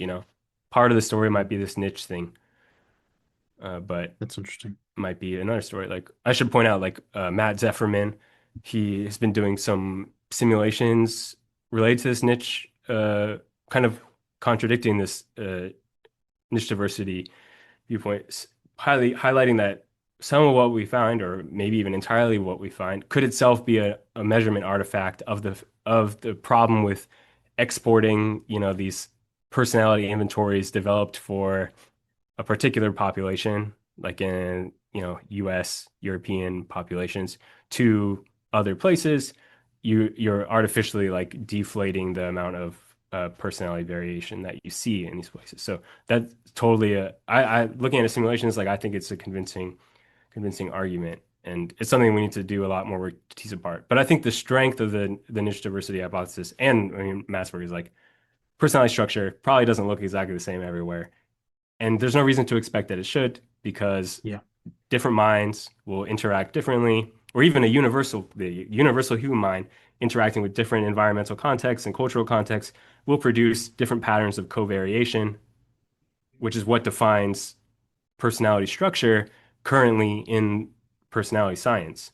Like, there's a whole different discussion. Like, that probably shouldn't be how we define personality structure, maybe, if we're looking for something more like deep part of human nature. We shouldn't be relying on like how do things tend to covary and how do we describe those covariations with our adjectives out there in the world.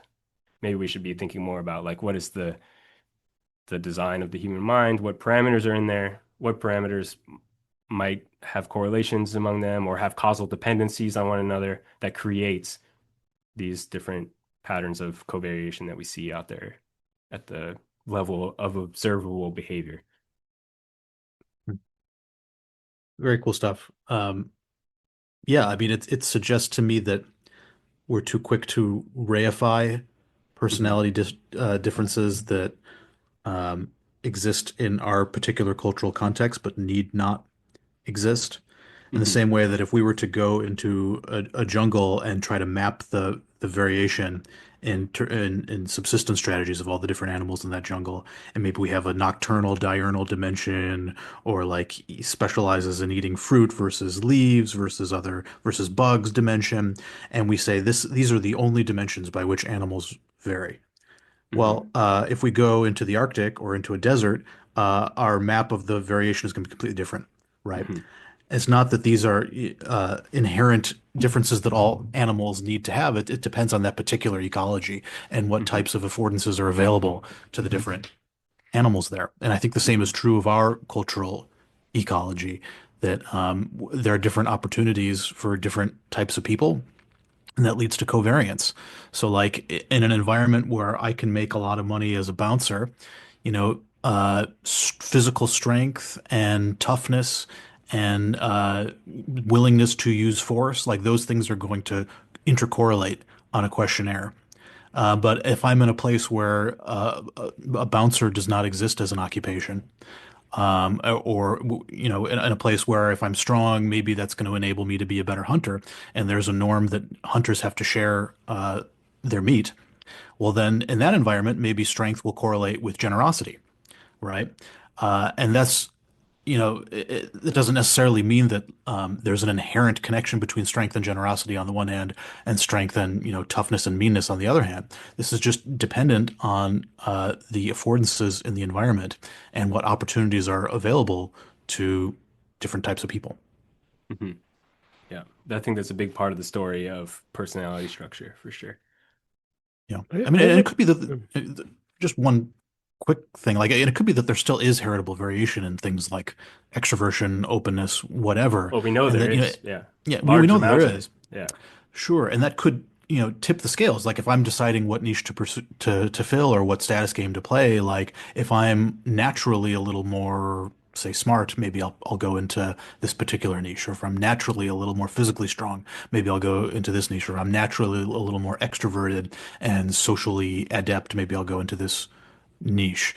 Hmm. So you'd still expect, individual differences to matter and sort of pushing you into one niche or another that you might have a comparative advantage in. Hmm. So that still makes sense. But, once you enter that niche, it's going to create a feedback loop where I continue to cultivate those traits, and that's going to cause different types of covariation. So maybe maybe initially I'm like just a tiny bit more extroverted than Hmm. average. But if I go into say marketing or a field that or networking, that's going to increase my extroversion even more because I've specialized in that niche. And so what Hmm. began as a very tiny difference gets magnified into a much larger difference as I continue to invest in that niche. But anyway, you were going to say something, Dave. Oh, Patrick, do you want to respond to that before I go on to something? No, I mean, I do like even I think the behavioral genetics research backs this up. Like a large chunk of personality variation in the population can be attributed to like truly like random, like they don't, it's the non-shared environment. It's the gloomy Yep. paradox. We don't know what it is. It's just like Yeah. randomness. Yeah. And then a big chunk of it is some genetic, proclivities, or at least just having genes in common, right? But that doesn't mean that like there are extroversion genes or whatever, of course, right? Like the something being heritable doesn't make it, or attributed to genetics doesn't make it like a real entity. Yeah. Um, and then for personality, it's like the shared environment is super tiny. So I think a lot of it is like these small proclivities that maybe push you a little bit in one direction, and then just like the snowballing effect of like a lot of non-shared kind of things adding up over time as a result of that. Yeah. Do you think my question was going to be, do you think like so with the big five, like extroversion, you should probably go through just for audience members who don't know Hmm. like what the big five or hexaco things are. You could just like list what they Hmm. are. But is this an accident?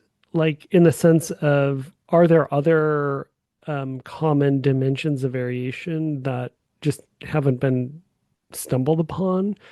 Um, or have they been stumbled upon because they are the most reliable dimensions of variation, whether or not they correspond to like the little machines? Like in the same way, like Hmm. I think the computer metaphor, which like I know the Aaron, so like Hmm. just imagine laptops, like some laptops are heavier or lighter, some Yeah. laptops are hotter or cooler. You can imagine like those there are deep dimensions of variation that are Hmm. pretty orthogonal to, or like, some may be faster, slower, or whatever, louder, or, so they're very indirectly related to the function, but they're pretty stable differences. And if you thought, well, the way that the laptop works is heaviness or lightness or fastness, you'd be wrong.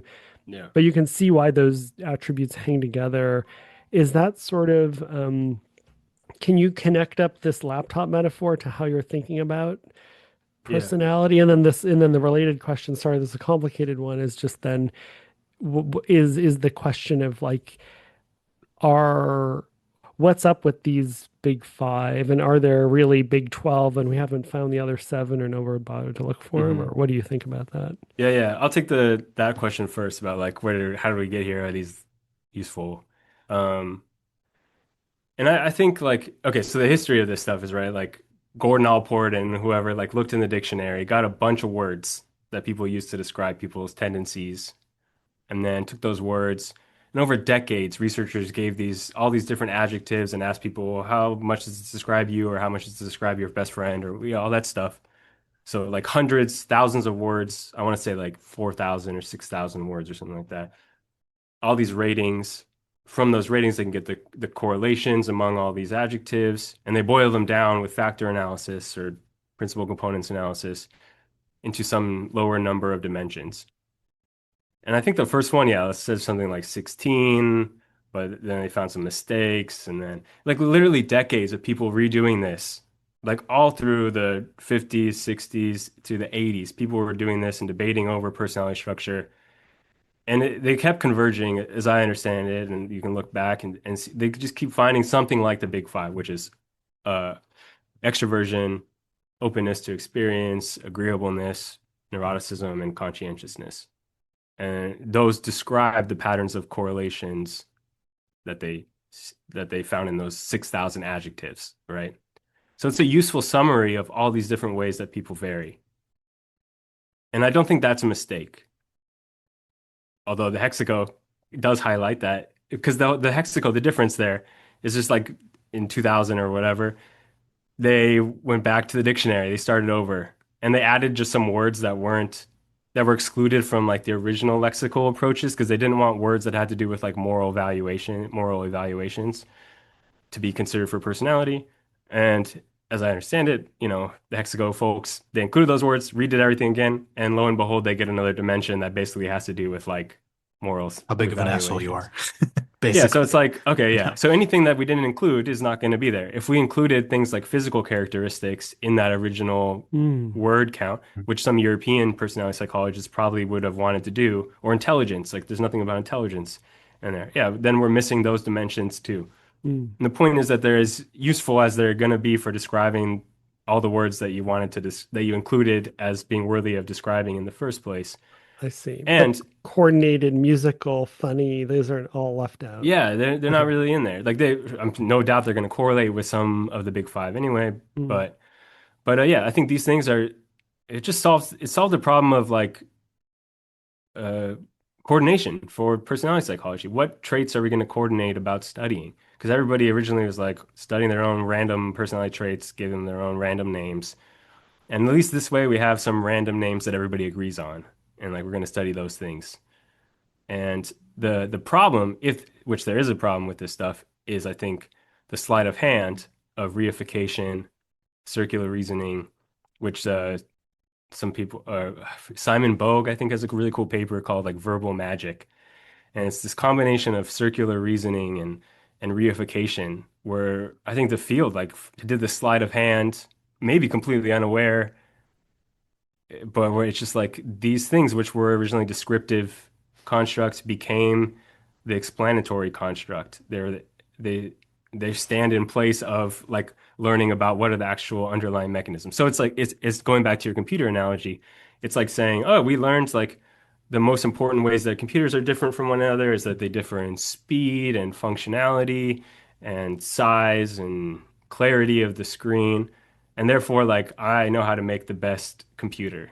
Like, I know how to do it. And then, you sit down and you're like, okay, I got to just imbue this computer with speed and all these things. But you don't actually know how to do clarity. it. Yeah, exactly. You got no idea how to do it. And if you wanted to do that, you would need to understand, like, mechanistically how the things on the computer contribute to these emergent qualities of speed and functionality and size and clarity of the screen and all these things. And I think that's where we're at right now. Like we have a consumer guide to personality of like what are the main things that humans are paying attention to and labeling about other people, at least in the Western world. Uh, but we don't have a good idea of like what are the underlying mechanisms driving those things, or how do those underlying mechanisms produce different dimensions that people care about in other cultural contexts. Yeah, there's also a meta science thing I've noticed when I wrote the difference detecting paper, and maybe this happens in personality too, which is you also fight the data. We have data and therefore it's real, Yeah. which is that if you have a ton of data for these personality characteristics, that magic inference of this is a real thing, that's sort of, it's not warranted. In the same way you could say I have a ton of data that like some computers are faster and slower, but that Hmm. doesn't warrant the claim that like faster and slower is like how the machine works. Yeah. But people use that all the time to be like, of course we've got tons of data, like look, people Hmm. vary on, like we have a ton of data, like how can you say it's not a mechanism? Yeah, totally. And I think there's actually a paper by Costa and McRae called like four, I don't know if it's four ways or five ways the big five are basic, where they're basically saying like this is all the evidence that these are real things. Like it's Yeah, heritable. We got all this exactly. cross-cultural stuff. And Yeah, like I feel like a paper needs to be written that just goes because none of them are actually reasons to believe that those are real things. They're yeah, just convincing at an yeah, intuitive level, like, oh yeah, this must be like thing. You think if things are heritable or there's lots of genetics supporting that it's a real thing. But no, yeah, like yeah, educational attainment is heritable, but like there isn't an educational attainment entity exactly. Yeah, in yeah, your yeah. head. Yeah, there's no, weight is Um, not a mechanism in a computer. Like it's yeah. just, it's a weird category mistake, you know. It's Hmm. just, but it, yeah, it's real in a different way than you mean it, and you're meaning real in a very specific way that doesn't follow.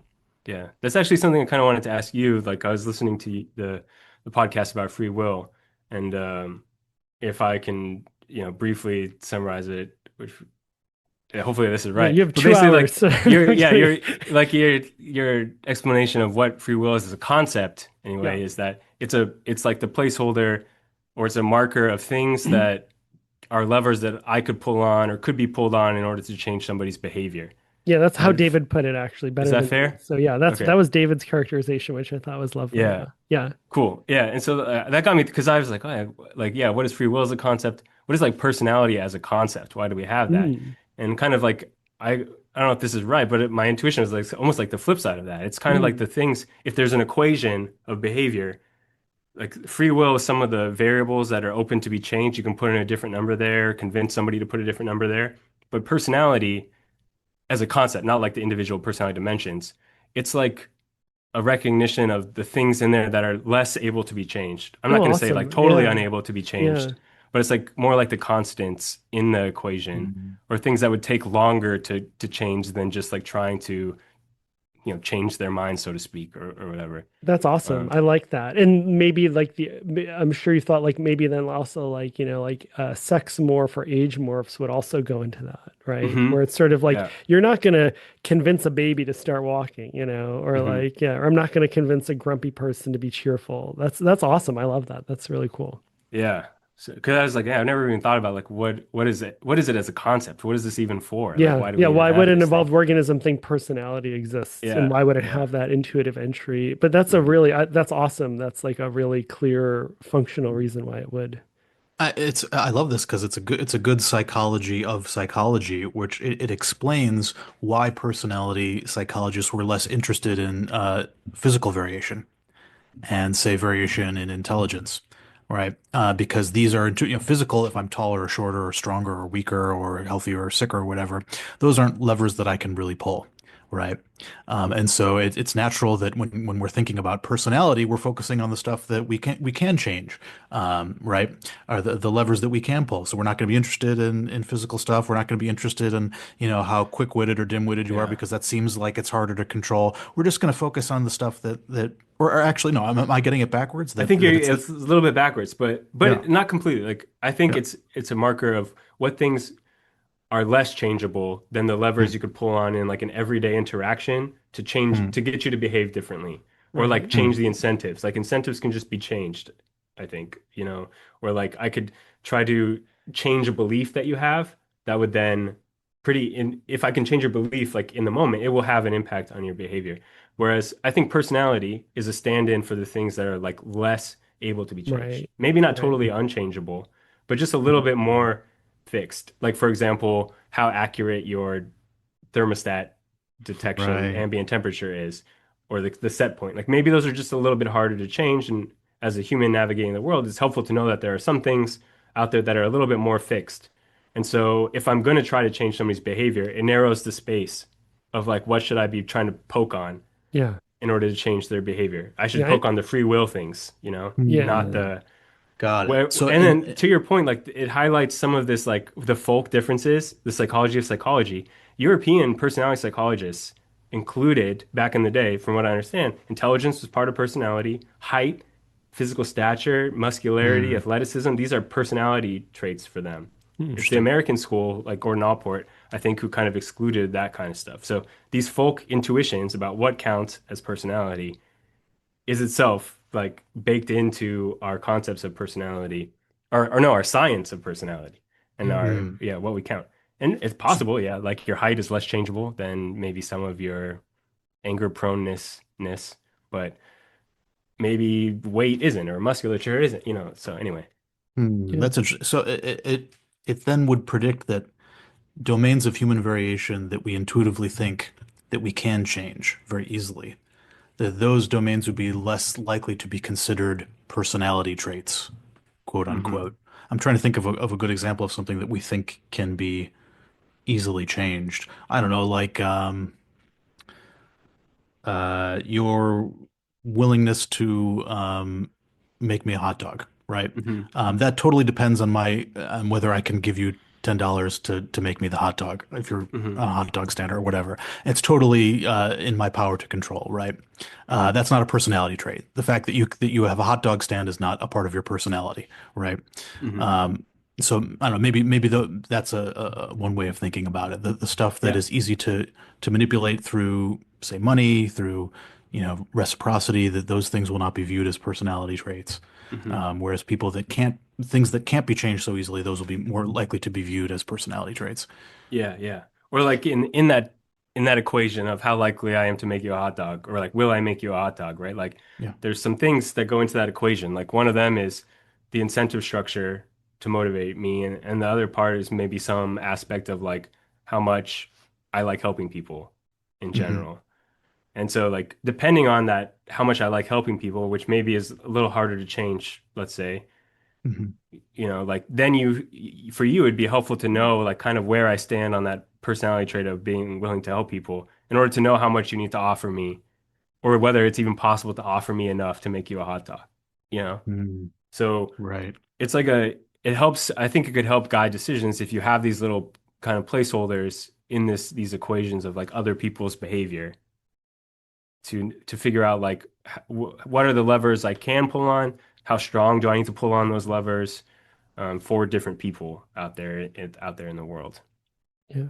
And I Yeah. like that, like emotions too might be different or another Hmm. part or in between where it's sort of so personality is sort of differences, but then there's also emotions, which are sort of Hmm. universal and common, but also really dictate behavior. So, it might be like, well, you have a particular plan about hot dogs, and like, that's like really easy to push on the hot dog serving lever. But then like, if you see something that's objectively scary, like a explosion or somebody gets killed, for example, there's things that like whether we intended or not or planned it or not, our evolved psychology sort of takes over of like we're in a dangerous situation and we can predict our behavior, other people's behavior is like we're having this emotion of fear Hmm. and it's independent of like that's sort of like a universal lever. But then there's individual differences. Like maybe Patrick is like deathly afraid of like snails and he sees a snail and he like runs away and but David, you and I would only run away if like we saw somebody killed, and Hmm. so we know that like that's like a personality difference attached to this universal. So I like this idea that it's all kind of compositional Yeah. predicting behavior or interventions on future behavior to get back to the interventionism. um so yeah, I like personality fitting within that or emotions fitting in that and why we would have these entries. Or and then also like free will, like it's the planning. Like Yeah. this is a really that's cool. I hadn't thought of that and I like that kind of Yeah. Like you could plugging it almost all kind of try to together. figure out like what are all these personality concepts or things that personality psychologists are studying? Yeah. Like how did we even create these things? Why would we create these things with our evolved psychology? And I like the emotions one too. Like somebody, I don't know who actually wrote this, but somebody once, an economist was explaining like a game theoretic model of anger to me. And it was basically like the argument was something like anger is almost well, it's similar to Aaron Sales in this bargaining tactic, but it's like I'm in this new mode now Yeah, The me that you know is gone, and exactly. you're Yeah, arguing with this thing now. yeah, So you need to exactly. satisfy this It's a thing. yeah, bargaining. And Yeah, having an emotion concept maybe like allows us to navigate that and yeah, either use that or yeah. exploit it or navigate other people having those emotions, something like that. Yeah, there's But a I think, classic yeah, paper, Hirschleifer, Emotions of Guarantee as Guaranteers of Threats and Promises or something like that okay, from like the 80s or something. Sorry, yeah, yeah. nice. Yeah. But I think you could see this stuff like in personality, I'm not super familiar with this debate, but I know that there are some personality researchers like who differ in whether they think motivations should be included in the definition of personality or not. And I think this is again where like our folk psychology is coming into play. If you Mm, feel like your motivations are like the things that you can pull on, change somebody's motivation in a given moment, versus you feel like motivations are more like these basic drives. So depending on which one you think is like what people mean by motivations, then you're going to be more or less likely to want to include that in the definition of personality. And at least these debates, or maybe we don't need to be having these debates, it's yeah. just like trying to figure out, yeah, exactly what the thing is that we're trying to talk about in the first place. Yeah, like the essence of the nature. Like somebody's lazy versus industrious versus Hmm. stingy versus lecherous versus gluttonous. Like this, it feels very old-timey to have those be personality traits. But as you said, maybe it's predicated on like there's some essential human nature that if we include it, it's right, and if we don't include it, it's wrong, as opposed to the right way to think about it, which is these are all like difference detecting Hmm. systems, and there's no right or wrong. It's just Yeah. we have Yeah. these. Yeah. It also maps onto our discourse, like the way we talk about these traits. Like if I say Dave is lazy and that's why he's not showing up to the podcasts, you might say, no, he's not lazy. He's just not sufficiently motivated. You're not giving him a good enough reason to show up to these podcasts. You know, maybe it's your fault, or maybe it's the listener's fault. They're not, being generous enough on our Patreon page, and that's why he's not showing up. It's not that he's inherently lazy. It's just the situation that he's in. Mm. And so the relative importance of the situation versus Dave's innate characteristic is going to determine whether Dave is quote unquote lazy or judged by us to be lazy. It's going to depend on the relative influence of different factors in determining his behavior. And a lot of our gossip, I think, is trying to pin down whether a person is inherently smart or lazy or shy or nervous or whatever, Hmm. or whether it's just a product of the specific situation that they happen to be in. Mm. Yeah. That's really Yeah. cool. Is the personality literature, I mean, David, that's so lovely. Is the personality literature, Patrick, acknowledging that all this is for predicting behavior? Is that or is that not a part of I the mean, it's probably acknowledged in there, but I wouldn't say it's the main take on what's going on. Like, it's, if anything, like the closest you're going to get to that is just like recognition that it's descriptions of behavior. I see. Yeah. Like the Like social the act. cognitive Yeah. theories of personality, for example. I'm thinking like Fleeson. Like they recognize that like these traits that we talk about as traits, like they're descriptive summaries of behavior. And there's a trait, what they call trait explanatory side of things. But like maybe this is too harsh, but I think they're like basically agnostic and or lost about what those things are. Whereas that's the value I think the adaptationist evolutionary approach brings is it tells us like what should we expect the things are that are explaining the personality traits in the descriptive sense that we see. Because it tells us, well, there should be things in the head that solve all these different problems, and we can get a sense of how they might work and what their different parameters are by doing a task analysis of those things and figuring out how would a robot solve that. And then you go and try to do that empirically and measure those little things, those parameters, and see if they do indeed link up to these descriptive labels that we give to people's personality traits. But so much of the field, especially because like so many people who use personality scales, they probably wouldn't identify as personality psychologists. They're just like using them because I don't know, correlations, p-values, whatever. And like it's just implicit in the way everybody thinks about these things and writes about them that they're somehow causing things. But these descriptive things can't cause much. Like they can probably have caused some things, maybe like, but they're not. I don't think they're the main causes of behavior because they're not real. They're abstract summaries of average tendencies. So Right. yeah, Right. Like the faster computers can do this thing yeah, better. yeah, That yeah. might be true. It'll Yeah. predict buying, Yeah. yeah, prices and stuff like that. But yeah. you don't want to mistake that for being causally relevant for like the performance itself. Right.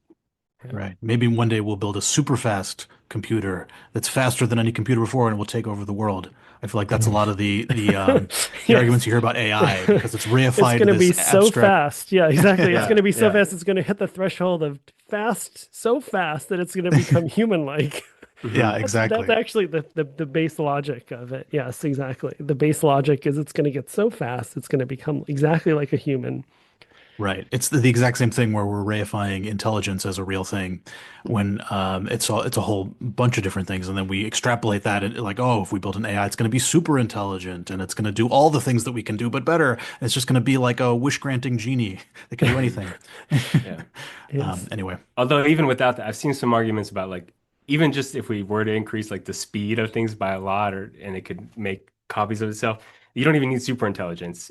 But it could take over the world. It could, with just increases in speed and productivity that go along with that, like somebody could use that to do a lot more, have huge impacts on the world, even without the computer being super intelligent. Oh So yeah. Yeah. No, yeah, yeah. exactly. Yeah, no, no, Yeah. no. I mean, I think I mean, David's point, I think, right, is like we should be worried about any technology for the usual reasons of like Yes. Mhm. humans using it to like coerce others and take stuff Yes. from them or hurt them, Yeah. and wield it that way, as opposed to like that there's some magical spirit that's all of a sudden going to become curiously like a human, but a superhuman. Yeah. Yeah. Yeah. Yeah. Well, Patrick, should we have asked you anything?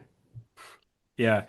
I mean, I did actually, because I watched this or I listened to this, I did actually come prepared with one. It's not really a ask me something, but it's just like a hobby horse I want to get on Yeah. for a second. yeah. So I said, I don't know. Ask me how I feel about posters. Yeah. Posters like in a dorm room or No, posters at a scientific like at a conference? scientific conference. Patrick, how do you feel about posters at a scientific conference, if I got the question right? Yeah, yeah. I think that we need to stop printing out fancy posters and jumping through all these hoops. Just put up some pieces of paper, 5 pieces of paper I've seen that are this. I've nicely seen the five formatted. pieces of I do paper. Yeah. this. Okay. Yeah, Yeah. because I'm just like, why are we doing all this? Like, we don't need to have this extra random veneer. Like, it Mm, can be just as legible. Don't need to carry a giant tube around yeah. on a plane. In part because like I'm lazy, I don't want to do a big poster, and so I also don't like standing out. So I'd rather just everybody, got on board with printing out pieces of paper You and heard it just here first. This talking is about very that. tractable. I think this is I very think it's tractable. reasonable. This It is lowers not costs a, for students yeah. and universities. But see, And then, it, Patrick, if we adopted this, it would be less of a compelling status signal because I know, it yeah, wouldn't be, it would be less costly of a signal. And yeah, then I couldn't use it to judge people based on, yeah. how much time and energy they put into it. And And then what do people I do with bet you their we can still, posters? I mean, because some people yeah, like like they what do put you them do with back up them? in their walls and like they're built Yeah. I mean, if psychology you really want building, to but do it, then fine. If you're going to put them up somewhere. I've never put a poster up anywhere after it goes in the trash. Uh, but they used to print cloth ones and you could use it like as a tablecloth. I mean, a lot yeah. of it is like provisional data often, so it's not even like Mhm. the final word on the thing. Yeah. Yeah, I just mean, I don't know. I like this. Anyway, Okay, so it's yeah, you random, heard it but here first. If you can, yeah, yeah. so no, what's the like one sentence summary is like just no posters or Basically do a data blitz, just put a presentation bunch of slides, graphs and and put tables, them up. no And words. like, 8.5 and no, you need some 11. words, but like, it No, can it's still be not. nice and aesthetic. It Maybe just, we don't need to, go if you're through all the gonna put words formatting on a poster, I problems. might as well just read a paper, right? Yeah, Like, yeah. With some nice I'll headers, some headers and headers labels. and captions on Yeah, the figures, and then if I have yeah, questions about what the figures mean and what the charts mean, I can ask the person. The person's right there, and they can tell me in their own words what is yeah, happening, right? yeah.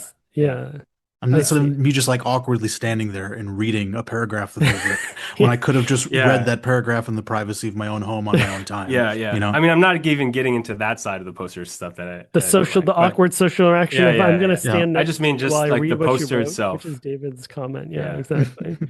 yeah. Yeah, we got to think Anyway, of better ways of communicating.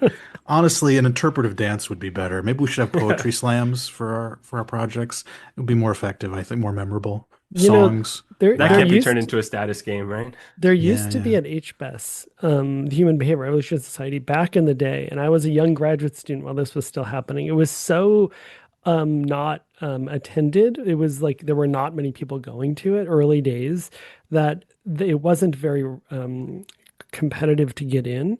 And there would literally always be one or two posters done by, I mean, to just put it like bluntly, like crazy people, where there'd be like glowing like Mm. chakras coming Oh out of yeah. people. And so there was always, like they were kind of referred to as like tinfoil hat. Like it would just be like this really weird, like, the seventh dimension harmonics are causing people to like act selfishly. And then there was just like so David, it reminded me of your just all pictures, because those posters stood out because they had usually very strange graphics, almost religious like, and you could usually tell because either it would be 100-point font or a 1-point font, with 4 words or 10,000 words on the poster, and really interesting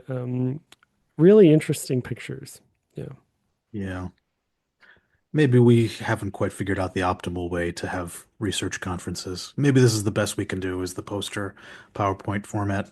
I don't know. Yeah. Yeah. I That's all also, I'm asking. yeah, I think that's highly Incremental reasonable. progress. And to just make it a meta science point while we're on it is, as a PSA, like glossy, like really highly produced things are not a good proxy for truth either, right? Yeah. Yeah. Like Yeah. somebody That was the other writing thing. something in Yeah. cardboard, yeah, like that's one issue. But like some of my favorite papers, like John Patton papers, are like low production quality, old school black and white. And then, and like, there's a lot of journals now that have like really pretty pictures, but that doesn't mean that it's better science. Absolutely. Yeah. So yeah, we're doing it.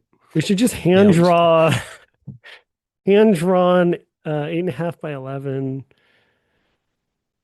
I don't know about that, but It rewards people with good legible writing, so and drawing. Right. And if you're But starting a podcast, don't bother editing it and putting in high production values and exactly, it's cutting really out all self-serving. Yeah, exactly. yeah, yeah, yeah. the real podcasts, don't edit anything out and they just No, do real talk and they include all the ums and uhs and that's right. mistakes and Yeah. yeah, And they're boring sometimes. they're boring And there's no show sometimes. notes.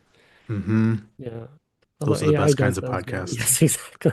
We should give a lot of status to those kinds of A podcasts. Yeah. lot of funding. More funding is needed, as Daniel Yes. Spitzer would say. Yes. Well, Patrick, what are you working on really quickly next? What's your next big thing? All these things still probably Yeah. mainly trying to tie these parameters of emotions that I was kind of talking about, like situation detecting algorithm differences and set point differences to these broader personality traits. And then the other one is kind of this more meta question that we kind of hinted at here, trying to differentiate between, yeah, these more prediction-based subtasks of adaptive problems, like the one that David kind of mentioned, of like just trying to predict like who among my peers is going to get status, or predict who will my peers tend to think is worthy of status, versus the causal side of things, which is how do I intervene on the world, or how can the world be intervened on in order to bring about certain changes. And I think figuring out like the space of adaptive, like the complexity of different adaptive problems and what kinds of cognitive machinery could solve those problems. That's kind of like something I'm excited about, but also like honestly very slowly getting into that. But yeah, Awesome. anybody's interested in those things, like reach out. I'd love to talk and chat. Cool. All right. Well, thanks so much for Awesome. being on. We really appreciate it. It's great talking Thanks for to having you. me. Yeah. Yep. Yeah. And thanks for doing the podcast. Thank you for coming on. All right. David, you're still here. I'm still here. Are you still here? I am. No, let me check. Oh, yep, still here. Okay. Oh, And you're okay, still good. here. So, Yeah. if you liked the episode, please subscribe. Hmm. You can click like. You can make comments on social media, preferably neutral to good. And, we're on Patreon. Yeah. Tell a friend or Yeah. I think enemy, that that's neutral, the, third party, disinterested. Shout it in the streets. Buy yeah. David a fanny pack. Send him French fries. I think that's almost shouted from a mountaintop. Yell Yeah. it to people on the street. Don't do anything. Be kind to yourself. Give yourself some time and space. Take care of yourself. I think these Say are no all to the things. drugs. Yeah. Yeah. Well, and it depends on the drug and what the context is, but yeah. Yeah. Say maybe to drugs. Don't be arrogant. If you think you're arrogant, you're probably not. If you don't, you probably are. I think these are all Hmm. things we've covered in outros. Yep. Yeah, maybe take a Anything walk. new? Anything new? Fanny pack? Uh, no, not really. Okay. French fries. Okay. I don't know. Watch Star Wars again. The old Holds ones or the up. new The old ones? ones, the OG, Yeah. they're Yeah, good. yeah, yeah, yeah, yeah. Okay. Yeah. Yeah. All right. Good. Well, see you next week, David. Yep. See you next week.